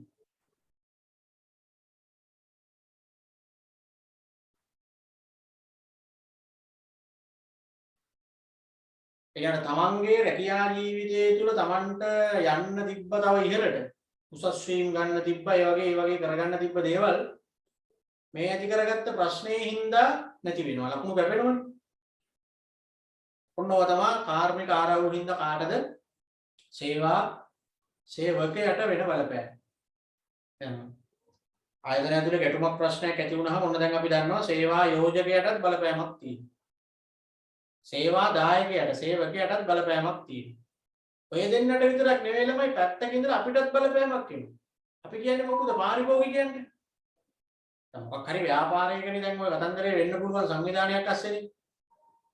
ඉතින් ඒ වගේ තැන්වල දැන් බලන්න ගුරුවරුන්ගේ වැඩ වර්ජනයේ හින්දා දැන් ළමයි හැටියට ඕගොල්ලන්ට ඒකෙන් ප්‍රශ්නයක් වෙලා නැද්ද? වෙලා තියෙන්නේ. බස් සේවකයෝ වැඩ වර්ජනය කරොත් ඒගොල්ලන්ගේ එතන තියෙන්නේ ලංගම සේවකයෝ හරි මොකක් හරි දැන් එතකොට හිතන්නකෝ ඒගොල්ලන්ගේ ප්‍රධානී ඉන්නේ ඒගොල්ලන්ට ප්‍රශ්නේ තියෙන්නේ රජයත් එක්ක හරි කායෙත් හරි අන්තිමට තැලෙන්නේ දැන් බස් වල යන අපිනේ මිනිස්සුනේ දැන් බලන්නකෝ බස් වැඩ වර්ජනය වලදී එහෙම මිනිස්සු බස් වල අත්‍යාදී වී කුමාරපෙන් බැල අර channel වලට වොයිස් කට් දීදී අර වනින් කට්ටියක් රජයට වයින්නවා කට්ටියක් බස් කාර්යයන්ට වයින්නවා කොහොම හරි ඒගොල්ලන්ගේ ඉන්නේ ප්‍රශ්නේ පාරිභෝගිකයත් තැලෙන්නේ දැන් ওই විදුලි සේවකයෝ හෙට ඉඳන් වැඩ වර්ජනයකට ගියා කියන්නේ එතකොට රජයේ ඒගොල්ලෝ විතරද ඒකෙන් තැලෙන්නේ? රජයට ඒගොල්ලන්ට විතරද බලපෑ අපිට? කරන්ට් එක යන්න ඉඩ තියෙනවා ආයේ හදන්නේ නැහැ ඊළඟට දැන් අපිට මේ ව්‍යාපාර කටයුතු කරගන්න නැහැ අධ්‍යාපන කටයුතු කරගන්නත් නැහැ. කරන්ට් එක ගියහම ඉතින් 아무තුන් කියන දෙයක් නැහනේ අපිට සිද්ධ වෙන කරදරකාරී තත්ත්වයන්නේ. ඉතින් ඒකයි කාර්මික ආරවුල් වලින් පාරිභෝගිකයටත් බලපෑමක් තියෙනවා. බලන්න පාරිභෝගිකයට මොකද්ද වෙන බලපෑම කියන්නේ? අදාළ භාණ්ඩ සේවාවල මිල ඉහළ යනවා. දැන් ආරවුල ඇති වෙලා තියෙන්නේ ප්‍රශ්න ඇති වෙලා තියෙන්නේ මොකක් හරි භාණ්ඩයක් නිෂ්පාදනය කරන එහෙම නැත්නම් සේවාවක් නිෂ්පාදනය කරන තැනගෙන. මොකද ව්‍යාපාර වලින් කරන්නේ භාණ්ඩ සේවා නිපදවන එකනේ. ඒතකොට ව්‍යාපාරයක කාර්මික ආරවුලක් ඇති වෙලා කියන්නේ ඒ ව්‍යාපාරයෙන් නිපදවන භාණ්ඩ හෝ සේවා රටේ හිග වෙනවා. ඒකනේ වෙන්නේ. එතකොට වෙන්නේ ඒවා මිල ඉහළ යනවා. තිය කඩකාරයෝ මොකද කරන්නේ? කඩකාරයෝ කරන්නේ තියෙන ඒවා හංගලා මිල ඉහළ දාන්න. දැන් පහුගිය දවස්වල වුණේ ඕකනේ. කිරිපිටි නැතුව තිබ්බා. ඒත් ඉතින් රජයයි කිරිපිටි සමාගම් අතර කේස් එකක්. පස්සේ කිරිපිටි නැතුව තිබිලා එකපාරට කිරිපිටි එළියට ආවා ගාන වැඩි. ගෑස් නැතුව තිබ්බා. ගාන වැඩි වෙලා එළියට ආවා. දැන් පහුගිය දවස්වල සීනි තිබ්බේ නැහැ. දැන් සීනි දිලා සීනි ගන්න. අන්න එහෙමයි. පාරිභෝගිකයන්ට බලපෑම වෙනවා. ඉතින් ව්‍යාපාරවල කාර්මික ආරවුල් ඇති වෙනකොට පාරිභෝගිකයට තියෙන බලපෑමක් තමයි එකක් ඒ අදාළ භාණ්ඩ වල මිල ඉහළ යනවා වෙළඳ පොලේ. අනික වෙළඳ පොලේ භාණ්ඩ හිග ඇති වෙනවා. ඒ දෙකම අපි මේ මෑත කාලේ දැක්කා. සුපුරුදු භාණ්ඩ පරිභෝජන අවස්ථා අහිමි වීම.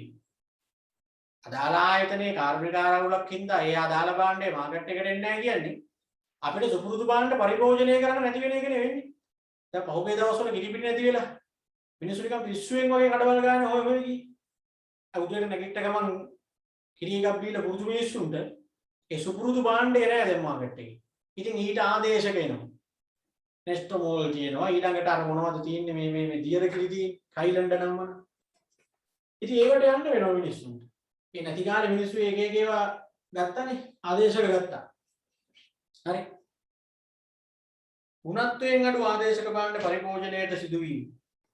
ඔය සුපුරුදු භාණ්ඩ පරිභෝජනය කරන්න නැති වෙන එකත් එක ප්‍රශ්නයක්. අනිත් එක තමයි ඉතින් ඒකෙන් අපිට වෙන්නේ ගුණාත්මක භාවයෙන් අඩු ආදේශක අපිට පාවිච්චි කරන්න වෙනවා. ක්වොලිටි අඩුයි. හැබැයි ඉතින් අරක වෙනුවට පාවිච්චි කර හැකියි. දැන් තාම බලන්න ලංකාවේ ප්‍රසිද්ධ බ්‍රෑන්ඩ් වලින් එන කහ කුඩු නැහැ. විජය කහ ඒ වගේ කහ කුඩු වර්ග නැහැ දැන් කඩවල වල ලේසියකට. ඉඳලා හෙටලා තියෙනවා ආයි බලනකොට ආයි. ඉතින් දැන් මිනිස්සු මොකද කරන්නේ? ඩයි දාලා නිකන් කිසි බ්‍රෑන්ඩ් එකකුත් නැහැ. ඔහේ එනවා කහ කුඩු කියලා ගහලා. කහ පාට තියෙනවා. හැබැයි ඉතින් ඩයි මොකද එහෙම තියෙනවා නම් ඉතින් අර ලොකු නිෂ්පාදකයෝ ඒවා නොදා ඉන්නේ. ඒ අදාළ භාණ්ඩ වෙළඳ පොලේ හිග වෙනකොට අපි කරන්නේ දැන් ප්‍රයිවට් බස් ස්ට්‍රයික් නම් මිනිස්සු ගමන් බිමන් නොයාම ඉන්නේ නැහැ. රජය මොකද කරන්නේ ප්‍රයිවට් බස් ස්ට්‍රයික් වෙනකොට?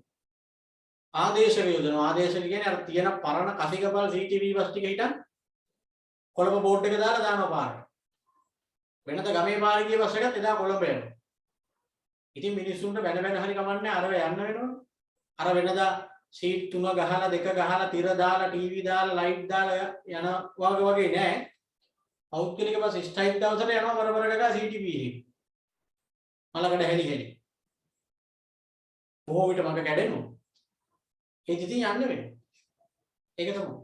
ඒ කාර්මික ආරවුල් කියන ඒ ආයතන වල ඇතුණහම පාරිභෝගිකයන්ට වෙන බලපෑම. දැන් බලන්න එතකොට අපි බලපෑම කතා කරා කීප ආකාරයකින්. එකක් තමයි අපි කතා කරා මේ මුලින්ම අපි ගමු කාර්මික ආරවුලක් කියන්නේ මොකක් කියලාද කිව්වේ? සේවා යෝජකයෝ හා සේවකයෝ අතර එක්ක සේවකයෝ අතර ඇති වෙන මොකද්ද? ගැටුම්කාරී තත්ත්වයක්. අරුබුදයක්, මතවේදයක්. අපි කියනවා කාර්මික ආරවුල. එහෙම කාර්මික ආරවුල ඇති වුනහම සේවා යෝජකයට මොකද්ද තියෙන බලපෑම?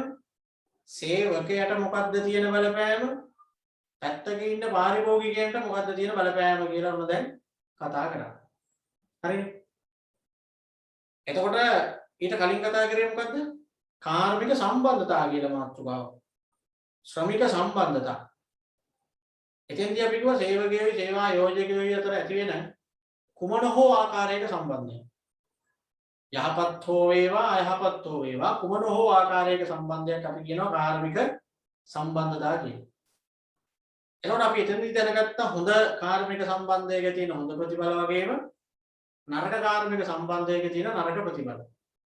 බලන්න පාඩම් කරන්න තියෙන ප්‍රමාණය වැඩි. දැන් අදම කතා කරපු ටික ගත්තොත් වෙන ලොට් එකක් තියෙනවා. මුලින්ම කාර්මික සම්බන්ධතා.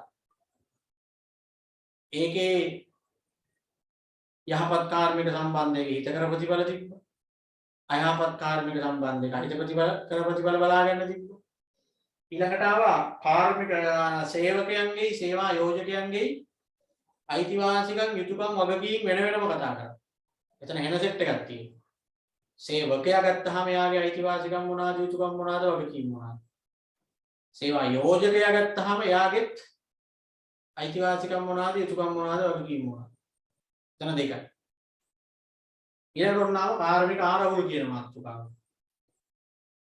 ඒකෙදිත් සේවකයට වෙන බලපෑම, සේවා යෝජකයට වෙන බලපෑම, පාරිභෝගිකයන්ට වෙන බලපෑම.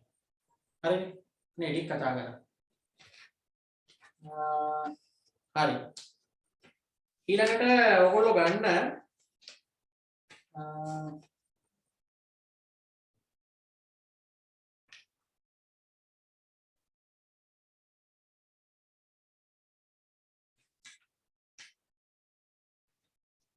අර රීෆ්‍රෙෂ් පේපර් කියන සෙට් එකේ දෙකක් එදා මම කතා කරා. දෙකක්ද තුනක්ද කතා කරේ. තව එකයි නේද තියෙන්නේ. ඒ ඉවරද?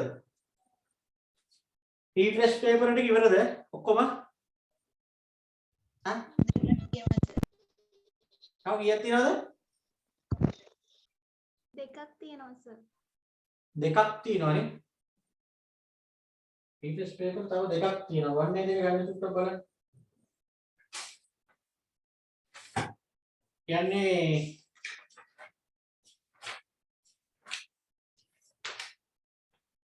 අංක වලින් කියන්න කීවෙනි අංක ටිකද තියෙන්නේ? 11යි 12යි. 11 12 13 14ද? හා?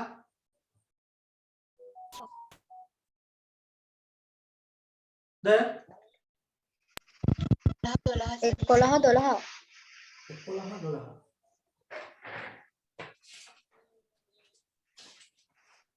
ඉතින් අන්තිමට ගන්න අක්ෂරනේ.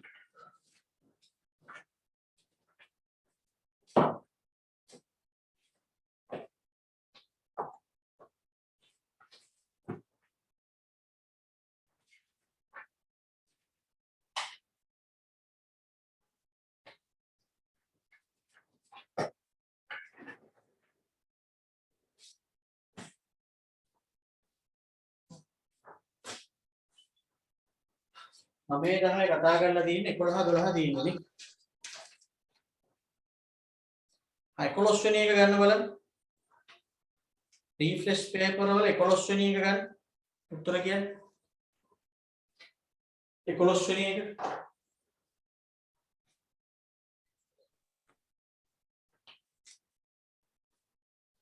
විවිධ පාර්ශවයන් ව්‍යාපාරිකයන්ට උනන්දු වීමට බලපාන හේතුන් කිහිපයක් පහත දැක්වේ. හරි.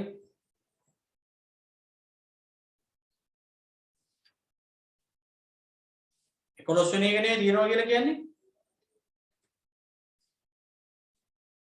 හරි නේද මම කතා කරන්නේ? ඔව් සර්. හරි. විවිධ පාර්ශවයන් ව්‍යාපාරිකයන්ට උනන්දු වීමට බලපාන හේතුන් කිහිපයක් පහත දැක්වේ. ඉහත සඳහන් දෑ අතුරෙන් කළමනාකරුවන් සේවකයන් සහ ප්‍රජාව ව්‍යාපාරිකයන්ගේ උනන්දුවක් දක්වන හේතුන් පිළිවෙලින් දැක්වෙන පිළිතුරු කාණ්ඩය තෝරන්න. කළමනාකරුවන් සේවකයන් ප්‍රජාව. අපි ගමුකෝ කළමනාකරුවෝ නම් A B D H. ඊළඟට සේවකයන් ගත්තොත් C E I. එහෙනම් උත්තරේ එන්නේ කීයද පළවෙනි එකට ලියපු ළමයි ටක් ගාලා කියන්නේ 4. නේ? හරි. දෙවෙනි එක X තීරුවේ ප්‍රධාන ව්‍යාපාරික කාර්යයන් සහ Y තීරුවේ ඒහා බැඳුණු උපකාරයන් වේ. මෙම තීරු දෙක ගැලපුව විට ලැබෙන නිවැරදි පිළිතුර. අලෙවිකරණය කියන එකට ගැලපෙනවා ප්‍රවර්ධනය කියන එක. ඒ කියන්නේ එකට C, මානව සම්පත් එකට ගැලපෙනවා D, මෙහෙයුම් එකට ගැලපෙනවා B, පර්යේෂණ හා සංවර්ධනයට ගැලපෙනවා A. එතකොට උත්තරේ එන්නේ 2. ඊළඟට තියෙනවා තුන්වෙනි එක නිෂ්පාදිත වර්ග කිහිපයක් හා ඊට අදාළ නිදසුන් පහත දැක්වේ. වාණිජ සේවා හැටියට ගලපලා මට කියන්න බලන්න උත්තරේ ගහපු ළමෙක්. 2. ඊයද? දෙවෙනි එක. දෙවනි එක. දෙකලු තුනලු අපි බලමු. දෙවනි එක. වාණිජ සේවා කිව්වහම ගත්ත හැකි D එකට D. කල් පවතින භාණ්ඩ කිව්වම ගත්ත හැකි F. කල් පවතින භාණ්ඩ F. පාරිභෝගික භාණ්ඩ හැටියට ගත්ත හැකි C. කාර්මික භාණ්ඩ හැටියට ගත්ත හැකි A. ඍජු සේවා හැටියට ගත්ත හැකි B. කාල නොපවතින භාණ්ඩ හැටියට ගත්ත හැකි E. එහෙනම් උත්තරේ එන්නේ 2.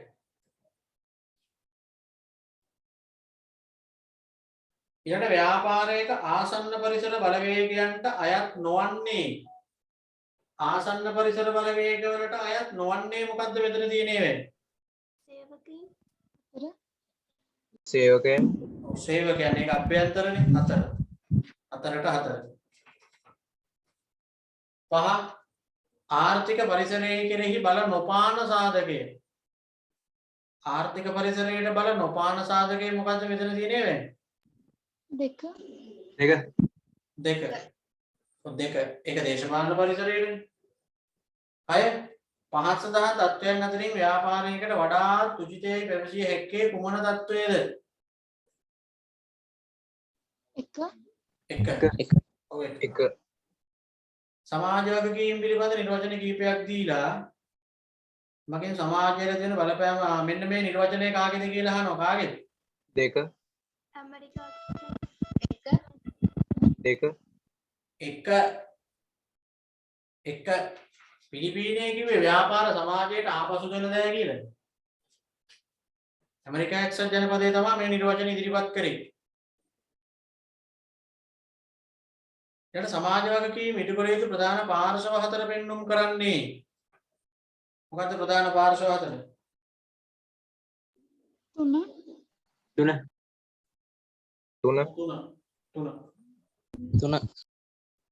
9 වෙනි එක බලන්න. ව්‍යාපාරයක සමාජ වගකීම් වලට අදාළ සාධක කිහිපයක් පහක් දැක්වේ. මේ අතරින් සමාජය පිළිබඳ වගකීම් ඇතුළත් වනුයේ සමාජය පිළිබඳ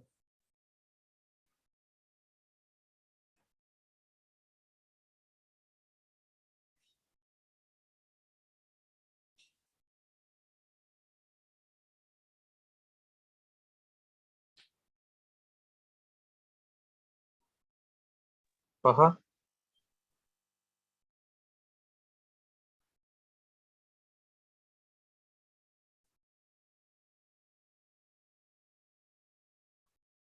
හතර. හතර. හතර තමයි ගන්න පුළුවන්. හතර. සමාජයෙන් හතර. ශ්‍රී ලංකා ආයෝජන මණ්ඩලයේ ව්‍යාපාර වල සපයන පහසුකම් වන්නේ යටිතල පහසුකම්.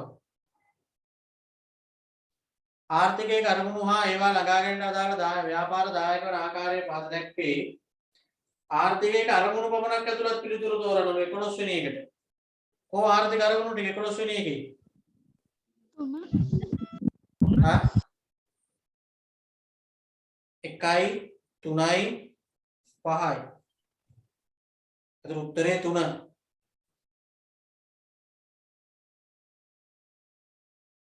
ෆිස්කල් ප්‍රතිපත්තිය නිවැරදිව පෙන්눔 කරනුයේ මොකද්ද? 5. 5. රාජ්‍ය ආදායම හා වියදම පිළිබඳ කටයුතු. 13 විධිමත් ව්‍යාපාර සංවිධානයක පැවතිය යුතු අවශ්‍යතාව වන්නේ විධිමත් ව්‍යාපාර සංවිධානයක පැවතිය යුතු අවශ්‍යතාව වන්නේ මොනවාද උත්තරේ? එක දෙක. දෙක. ABD දෙක.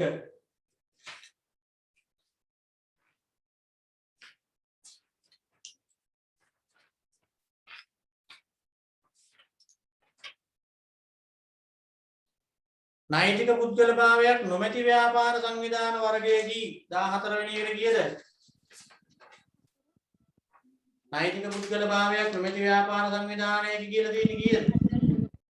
හා? 4 රාජ්‍ය දෙපාර්තමේන්තු. තනි පුද්ගල ව්‍යාපාරයක් සහ හවුල් ව්‍යාපාරයක සමානකම් දැක්වෙන්නේ. තනි පුද්ගලයකයි හවුල් ව්‍යාපාරයකයි සමානකම්. 3. 4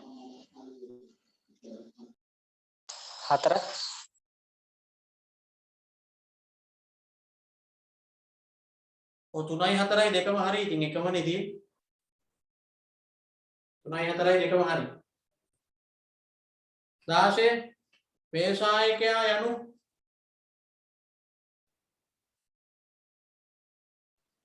දෙක.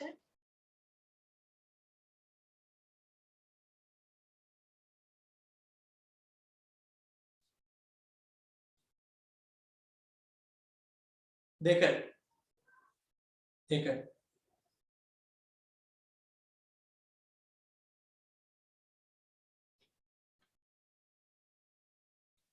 ව්‍යවසායකයාට නිවැරදි අර්ථකථනය වන්නේ 3 3 හරි ව්‍යවසායකයා කළමනාකරුවෙන් වෙනස් වන්නේ 4 4 19 පහත කරුණු අතර හොඳ මුදලක තිබිය යුතු වැදගත්ම ලක්ෂණය වන්නේ හොඳ මුදලක තිබිය යුතු වැදගත්ම ලක්ෂණය මොකද්ද මෙතන තියෙන්නේ වෙන්නේ 3 හා 3 පොදු පිළිගැනීම පොදු පිළිගැනීම 3 නියෝග මුදල් යනුවෙන් හඳුන්වන්නේ මොනවාද කොහොනෑනේ ඒකට තත්ත්වයක් ඒ උත්තරේ 3 ව්‍යවහාර මුදල් කියලා කියන්නේ නියෝග මුදල් කියන්නේ ව්‍යවහාර මුදල් වලටමනේ 3 පහත දැක්වෙන්නේ මුදල් සපයීමට අයත් දෑය. ඉන් ඒකාබද්ධ පුරුදු මුදල් සපයීමට අයත් නොවන්නේ මොනවාද?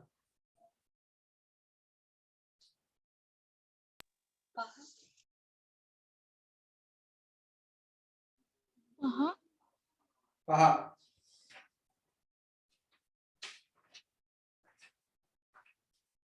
ළඟ රක්ෂණය කළ හැකි අවදානමක ඇතුළත් නොවන නිර්ණායකය කුමක්ද? 3 පොඩ්ඩයි. ඔව් 3 දේපලකට හානියක් සිදු වූ විට රක්ෂිතයා එහි අලාභය ඉක්මවා වන්දි ලබා ගැනීම වළක්වන මූලධර්මය 4 හානි පූර්ණය 4 ජීවිත රක්ෂණ ඔප්පුවක් ලබාගත් බවානිස් කොයි මහතා නොදැනුවත්කමින් තමන් පිළිබඳ තොරතුරු කිහිපයක් හෙළි කර නැත. රක්ෂණයේදී මේ හඳුන්වන්නේ අහිංසක දුර්නිරූපණය අහිංසක දුර්නිරූපණය.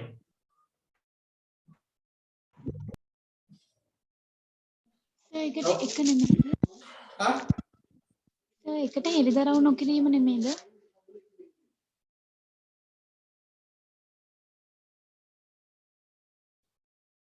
හෙළිදරව් නොකිරීම නම් වෙන්න ඕනේ නොවැදගත්යයි සිතා.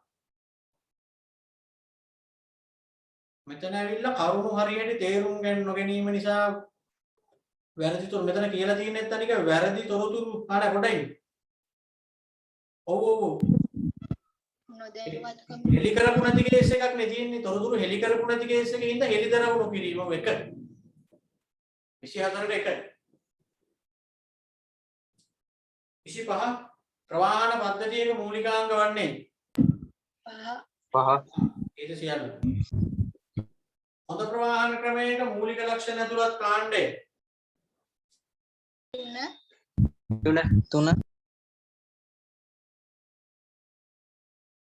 3 වේගයේ කෙරෙහි බලපාන සාධකයක් නොවන්නේ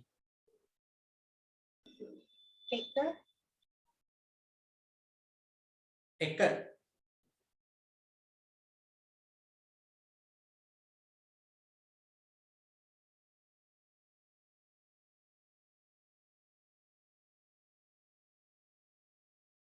සංනිවේදන ක්‍රියාවලියේ මූලිකාංගයක් නොවන්නේ 3 පිටිවැය 3 වෙළඳාම යන්න වඩාත් නිවැරදි ප්‍රකාශය තෝරන්න 5 5 විදේශ වෙළඳාම සඳහා පදනම් වූ සාධකයක් නොවන්නේ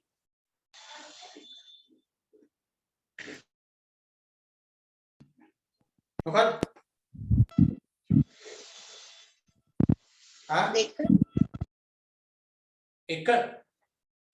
1 වක්‍ර නිෂ්පාදනය විදේශ වෙළඳාමකට හේතුවක් පදනමක් වුනේ නැහැ නේ. වක්‍ර නිෂ්පාදනය මිනිස්සු රට ඇතුලේ කරා. හරි ඊළඟට ගන්න 12. එතකොට ඒ රිෆ්‍රෙෂ් පේපර් එක ඉවරයිනේ. 12ක් ගන්න ඕම් ඉවර කරලා දාන්න. මොකද දැන් මේ මාසෙ ටිකක් දැන් ලැබිලා තියෙන්නේ. එහෙනම් දැන් ගිය මාසෙ ටිකනේ මේවා මේ ඉවර කරලා දාන්න පිටක් ගාලා පයින් සතියෙම 12 මේ එක්සෑම් පේපර් වලත් ලියන පේපර් එකේ තියෙනව නේද තාම? සාකච්ඡා කරන්න. අවසර. ඔව් සර්.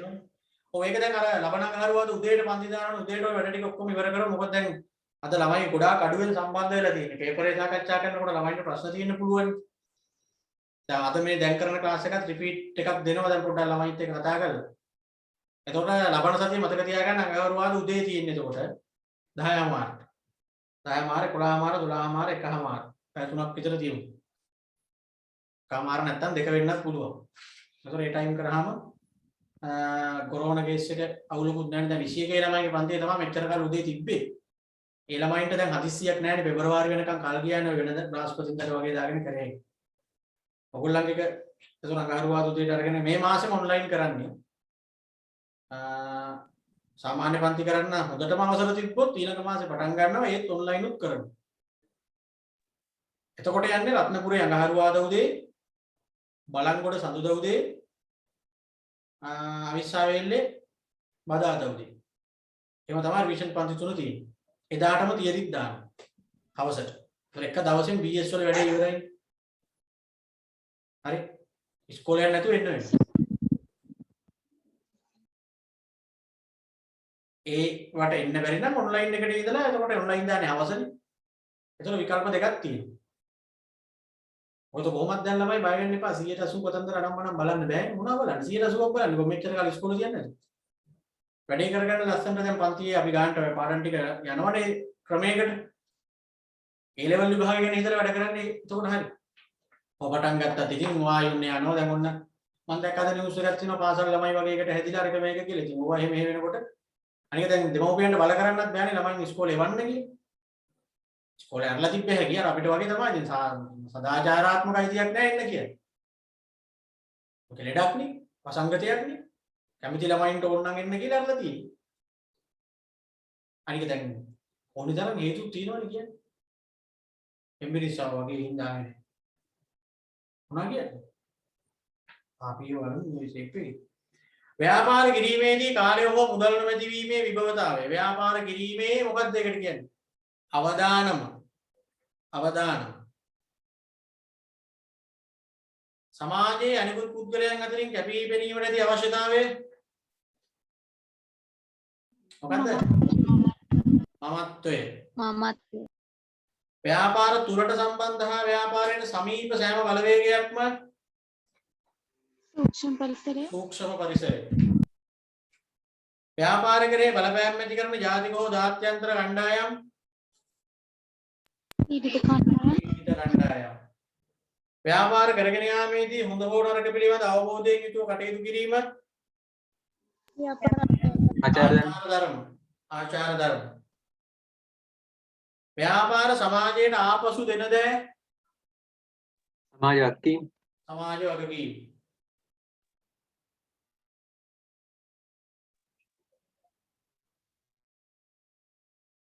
අඟහරුවාද 10 මාරට ඕනේ 8ටම පටන් ගමු ඉවරනේ කතාව 8 මාරටම පටන් ගමු 8 මාර මට මේ සෙනසුරාදා වගේ මතක තිබිලා මේක මේ අඟහරුවාද උදේ පන්තියකුත් නැහැ 8 මාර හරි ඊළඟට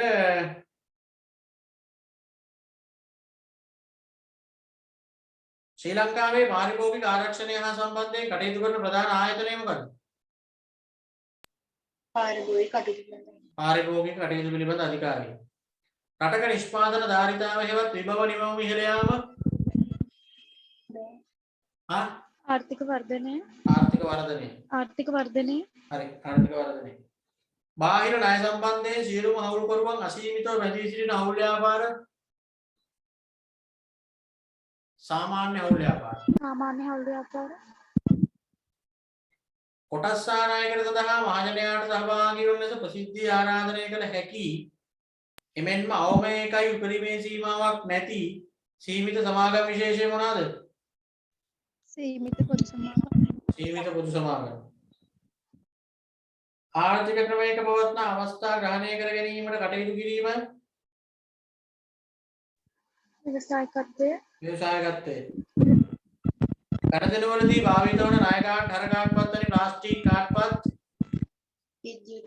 විද්‍යුත් මුදල් චෙක් පතේ සඳහන් ආදායකයාගේ නම ඒ ආකාරයෙන් මෙහි පිටුපස ලිවීම පිටසන් කිරීම මුලින්ම ආරම්භ වූ රක්ෂණය මෙවුරක්ෂණ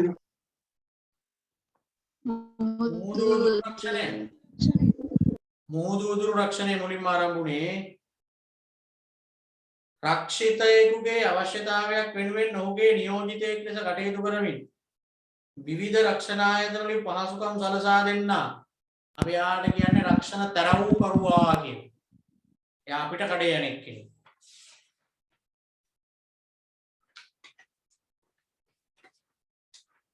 ලංකාවේ දෙවන ජාතික ගුවන් සේවය මොකද්ද? මිහින් ලංකා. මිහින් ලංකා. එහෙම නැත්නම් මිහින් එයා. බහලුම් වලට භාණ්ඩ පැටවීම හා බෑමට පවත්වාගෙන මධ්‍යස්ථාන බහලුම් මධ්‍යස්ථාන. බහලුම් මධ්‍යස්ථාන. එක් නිෂ්පාදකයෙක්ගේ භාණ්ඩ පමණක් කලවි කිරීමට ගිවිසුම්ගතව බැඳී සිටින වෙළඳසැල් බැඳී වෙළඳසැල් බැඳී වෙළඳසැල් අපනයනය කරන භාණ්ඩ තොගය පිළිබඳ විස්තර ඇතුළත් කොට අපනයනකරු විසින් රේගුවට ඉදිරිපත් කරන වාර්තාව අපනයන සටහන් කරේ. අපනයන සටහන් කරේ. සැලසුම් දෙස ආපසු හැරී බැලීම පාලනය. දැන් පුතේ කළමනාකරණයේ පාඩම පටන් ගන්න තියෙන්නේ ලබ මේ මාසේ. ඒක නිසා දැන් මේ සෙනසුරාදා පටන් ගන්න වෙනවා. මොකද අපේ වැඩ ටික ඉවරයිනේ. එද සෙනසුරාදාට කලින් පුළුවන් හැම ළමයෙක්ම ටියුබ් ගන්න. ඒ වෙනකොට බැරි ළමෙක් ඉන්නවා නම් ඉතින් පස්සේ අරගෙන වීඩියෝ එකකින් හරි කවර් කරගන්න. කළමනාකරණය කියන්නේ 13 වසරේ පළවෙනි පාඩම. ඒ පාඩම හරියට අල්ලගත්තොත් තමයි 13 වසරේ ඉතුරු පාඩම් ටික සෙට් එකම හරියට තේරෙන්නේ. මොකද හැම එකකම අගට තියෙන කළමනාකරණය කියන්නේ. මෙහිනුම් කළමනාකරණය. දැන් අපි රිවිෂන් එකේ කතා කරන්නේ මොකද්ද? මානව සම්පත් කළමනාකරණය. මේ මාසේ රිවිෂන් එකේ පටන් ගන්න මොකද්ද? මූල්‍ය කළමනාකරණය. ඒ හැම එකකම කළමනාකරණය කියන එක තියෙනවනේ. මේ මූලික ෆවුන්ඩේෂන් එක පදනම හදලා දෙන්නේ කළමනාකරණයේ පාඩමෙන්. 13 පාඩම් කියන 12 පාඩම් වගේ ලේසි නෑ. ඒ නිසා හරියට සම්බන්ධ වෙන්න නිකන් එහෙම මෙහෙන් ඕනවට එපාවට සම්බන්ධ වෙන්න එපා ඒවට. මොකද අමාරු පාඩම් කාලයක් යනවා ඒවා ඉවර කරන්න. එතකොට 13 වසරේ පාඩම් ටික නැත්තම් 100 එකක්වත් බෑ. 12 පාඩම් වගේ නෙවෙයි 13 ඒවා අමාරුයි. දැන් ඔය මානව සම්පත් එක එහෙම යනකොට තේරෙනවා ඉතින් පාඩම් වල බරපතලකම්. එක දවසකට උගන්නන චුට්ට කොච්චර තියෙනවද පාඩම් කරගන්න. ඉතින් ඒ නිසා මේ සෙනසුරාදාට කලින් මේ ටියුබ් ගන්න ළමයි ගන්න ආයතන වලට ඇවිල්ලා එන්න බැරිම ළමයි ඉන්නවනම් කුරියර් කරන්න මට විස්තර දාන්න. විශේෂයෙන්ම මේ දවස්වල කුරියර් ටිකක් පරක්කුයි ඒකයි ආයතන වලින්ම ගන්න කියලා කියන්නේ. වැස්ස නිසා.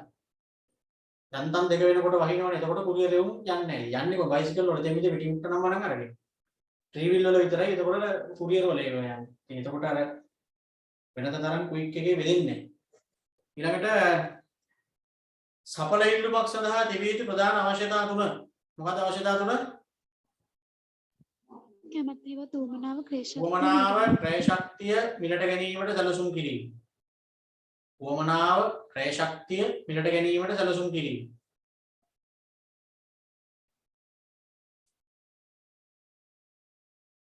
ඊළඟට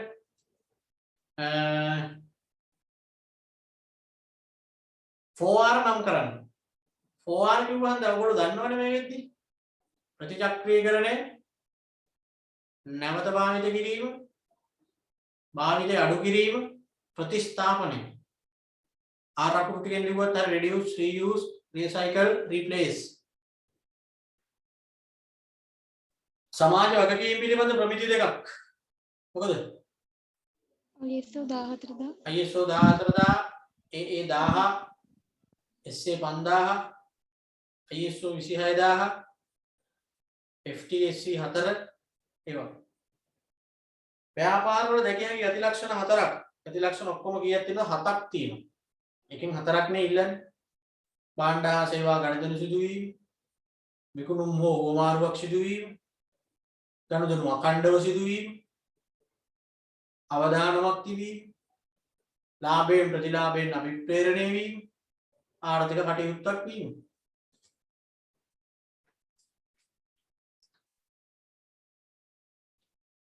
සමුපකාර ප්‍රතිපත්ති 4ක්. එතනත් ප්‍රතිපත්ති 7ක් උගන්වලා තියෙනවා. එකෙන් හතරක් ලියන්න. විවෘත හා ස්වේච්ඡා සමාජිකත්වය, ප්‍රජාතන්ත්‍රවාදී පාලනය, ස්වෛරී බව හා නිදහස, සමාජික ආර්ථික සහභාගීත්වය, පරිසරය ගැන සැලකිල්ල, සමිතිය අතර සහයෝගීතාවය. ඔය අන්න එහෙම අහපු ගමන් සුදුසු දාලා එන්න ඕනේ. වේශායකත්වයේ ප්‍රවණතා හතරක්. අභ්‍යන්තර වේශායකත්වය, ගෝලීය වේශායකත්වය, හරිත වේශායකත්වය, සමාජීය වේශායකත්වය. රක්ෂණ වෙළඳපොලේ පාර්ශ්ව තුන ලියන්න. රක්ෂණය විකුණන්නන්, රක්ෂණය මිලට ගන්නන්, අත්තර මැදියන්. නැත්නම් නියෝජිතයන්. භාවිත කරන මට්ටම අනුව තොරතුරු පද්ධති වර්ග 4 නම් කරන්න. මට්ටම අනුව රිවිෂන් එකේ කරා තොරතුරු පද්ධති පාඩම. කොහොමද භාවිත කරන මට්ටම අනුව වර්ග 4 හැදුනේ? මෙහෙයුම් මට්ටම් පද්ධති, මෙහෙයුම් මට්ටමේ පද්ධති, දැනුම් මට්ටමේ පද්ධති, කළමනාකරණ මට්ටමේ පද්ධති, මට්ටමේ පද්ධති, උපක්‍රමික මට්ටමේ පද්ධති, උපක්‍රමික මට්ටමේ පද්ධති. උපක්‍රමික ආනයන අපනයන වෙළඳ කටයුතු ප්‍රධාන වශයෙන් කොටස් දෙකක් යටතේ සිදුවේ. ඒවා නම් කරන්න මේ සතිය සෙනසුරාදා කියලා දුන්නේ. මොකක්ද කොටස් දෙක? ඍජු ක්‍රමයයි නියෝජිත ක්‍රමයයි. ඍජු ක්‍රමයයි නියෝජිත ක්‍රමයයි. ව්‍යාපාර සැලැස්මක ප්‍රධාන කොටස් 4 ලියන්න. 4 කියන්නේ 4ක් ලියනවා කියන්නේ ඉතින් විධායක සාරාංශය, මුල් පිටුව පටුන, විධායක සාරාංශය, ව්‍යාපාර විස්තරය, නාරි 4ක්.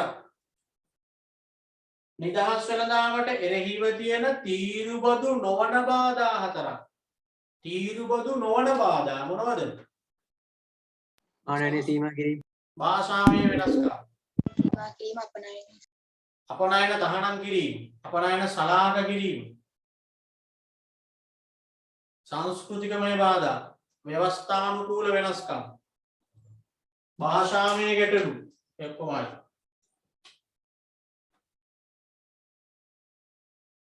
ආයතනවල ස්වරූපයේ නිෂ්පාදිත වන ස්වරූපය අනුව විවිධාකාරයේ ප්‍රවාහන හා සැපයුම් සේවා පද්ධති පැවතිය හැකිය.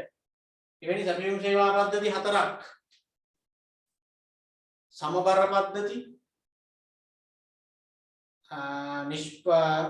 අමුද්‍රව්‍ය ලබා ගැනීමේ සිට නිෂ්පාදනයේ තෙක් සංකීර්ණ වූ පද්ධති, නිෂ්පාදනයේ සිට අවසන් පාරිභෝගිකයා අතරපත් කිරීම සංකීර්ණ වූ පද්ධති, ආපසු ප්‍රවාහයක් සහිත පද්ධති. ගබඩාකරණයත් එක්ක උගන්වපු කොටසේ තිබ්බව මතක කරන්න එපා. අලුතෙන් සිලබස් එකට දාපු අනිත් එක ගබඩාවක භාණ්ඩ එහා මෙහා කිරීමේදී යොදා ගන්නා උපකරණ 4ක් ඉල්ලනවා. මොනවාද?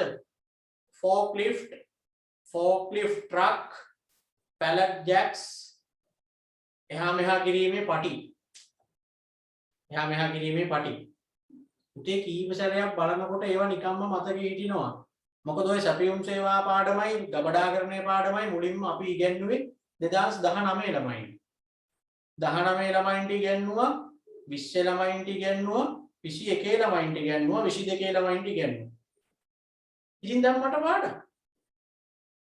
පන්ති 4කටයි ඉගෙනුවේ. තියරි ඩිවිෂන් දෙකේ ගත්තොත් 8 පාරක් මගේ කටින් මේ ටික පිට වෙලා යයි. 8 පාරක් පිට වුණාම දැන් ඉතින් ඔය ඩාක්ටර් ගමන් ටක් ගාලා කිව්වා ඉතින්. ඔගොල්ලෝ මිනිස්සු වැඩි වාර ගණනක් බලලා කියවලා ලියලා වගේ තියෙනවා නම් ළමයි තෝරි තරම් ඇති මෙතන අහපු ගමන් ඔය වගේ ප්‍රශ්න කියවනකොටම ටක් ගාලා උත්තර 4 ගලාගෙන එන්න. අර ගලාගෙන තියා නිකන් අර කළුගල් වගේ ඉන්නේ උන් ඇවිල්ලා අර මැටි සෙට් එක. උන් ජීවිතේට පන්ති ඉගෙනුවට පස්සේ ආයෙ ටියුට් එක පෙළලා බලලා නැහැ. එහෙම උන් ඉතින් ගලාගෙන ඉන්නේ. උනා ගලාගෙන ඉන්නේ. කල්පනාකරණය යන නිර්වචනය කරන්න. ඒකේ ගෲප් ක්ලාස් එකකට පුළුවන්. අනිත් ආට දැන් මේ මාසෙනේ පටන් ගන්න. ගතික පරිසරයක් තුල ව්‍යාපාර අරමුණු, ගතික පරිසරයක් තුල ව්‍යාපාර අරමුණු සඵලදායීව ළඟා කර ගැනීම සඳහා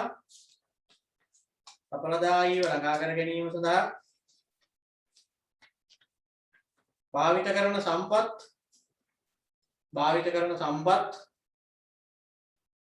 කාර්යක්ෂමව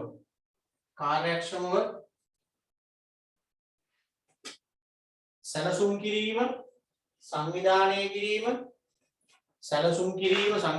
කිරීම, මෙහෙයවීම හා පාලනය කිරීමේ මෙහෙයවීම හා පාලනය කිරීමේ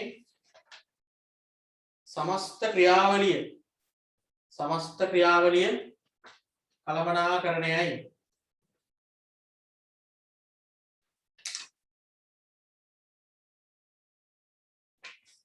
හරි. එතකොට පුතේ මේ මානව සම්පත් කළමනාකරණයට අදාළව මෙන්න මේ වගේ ටියුට් එකක් දීලා ඇති ප්‍රශ්න තියෙන සෙල්ෆ් ස්ටඩි ටියුට් එකක්. ඒකේ MCQ ප්‍රශ්න 77ක් තියෙනවා. ලියන ප්‍රශ්න ඔක්කොම තියෙනවා 19ක්. හරිද?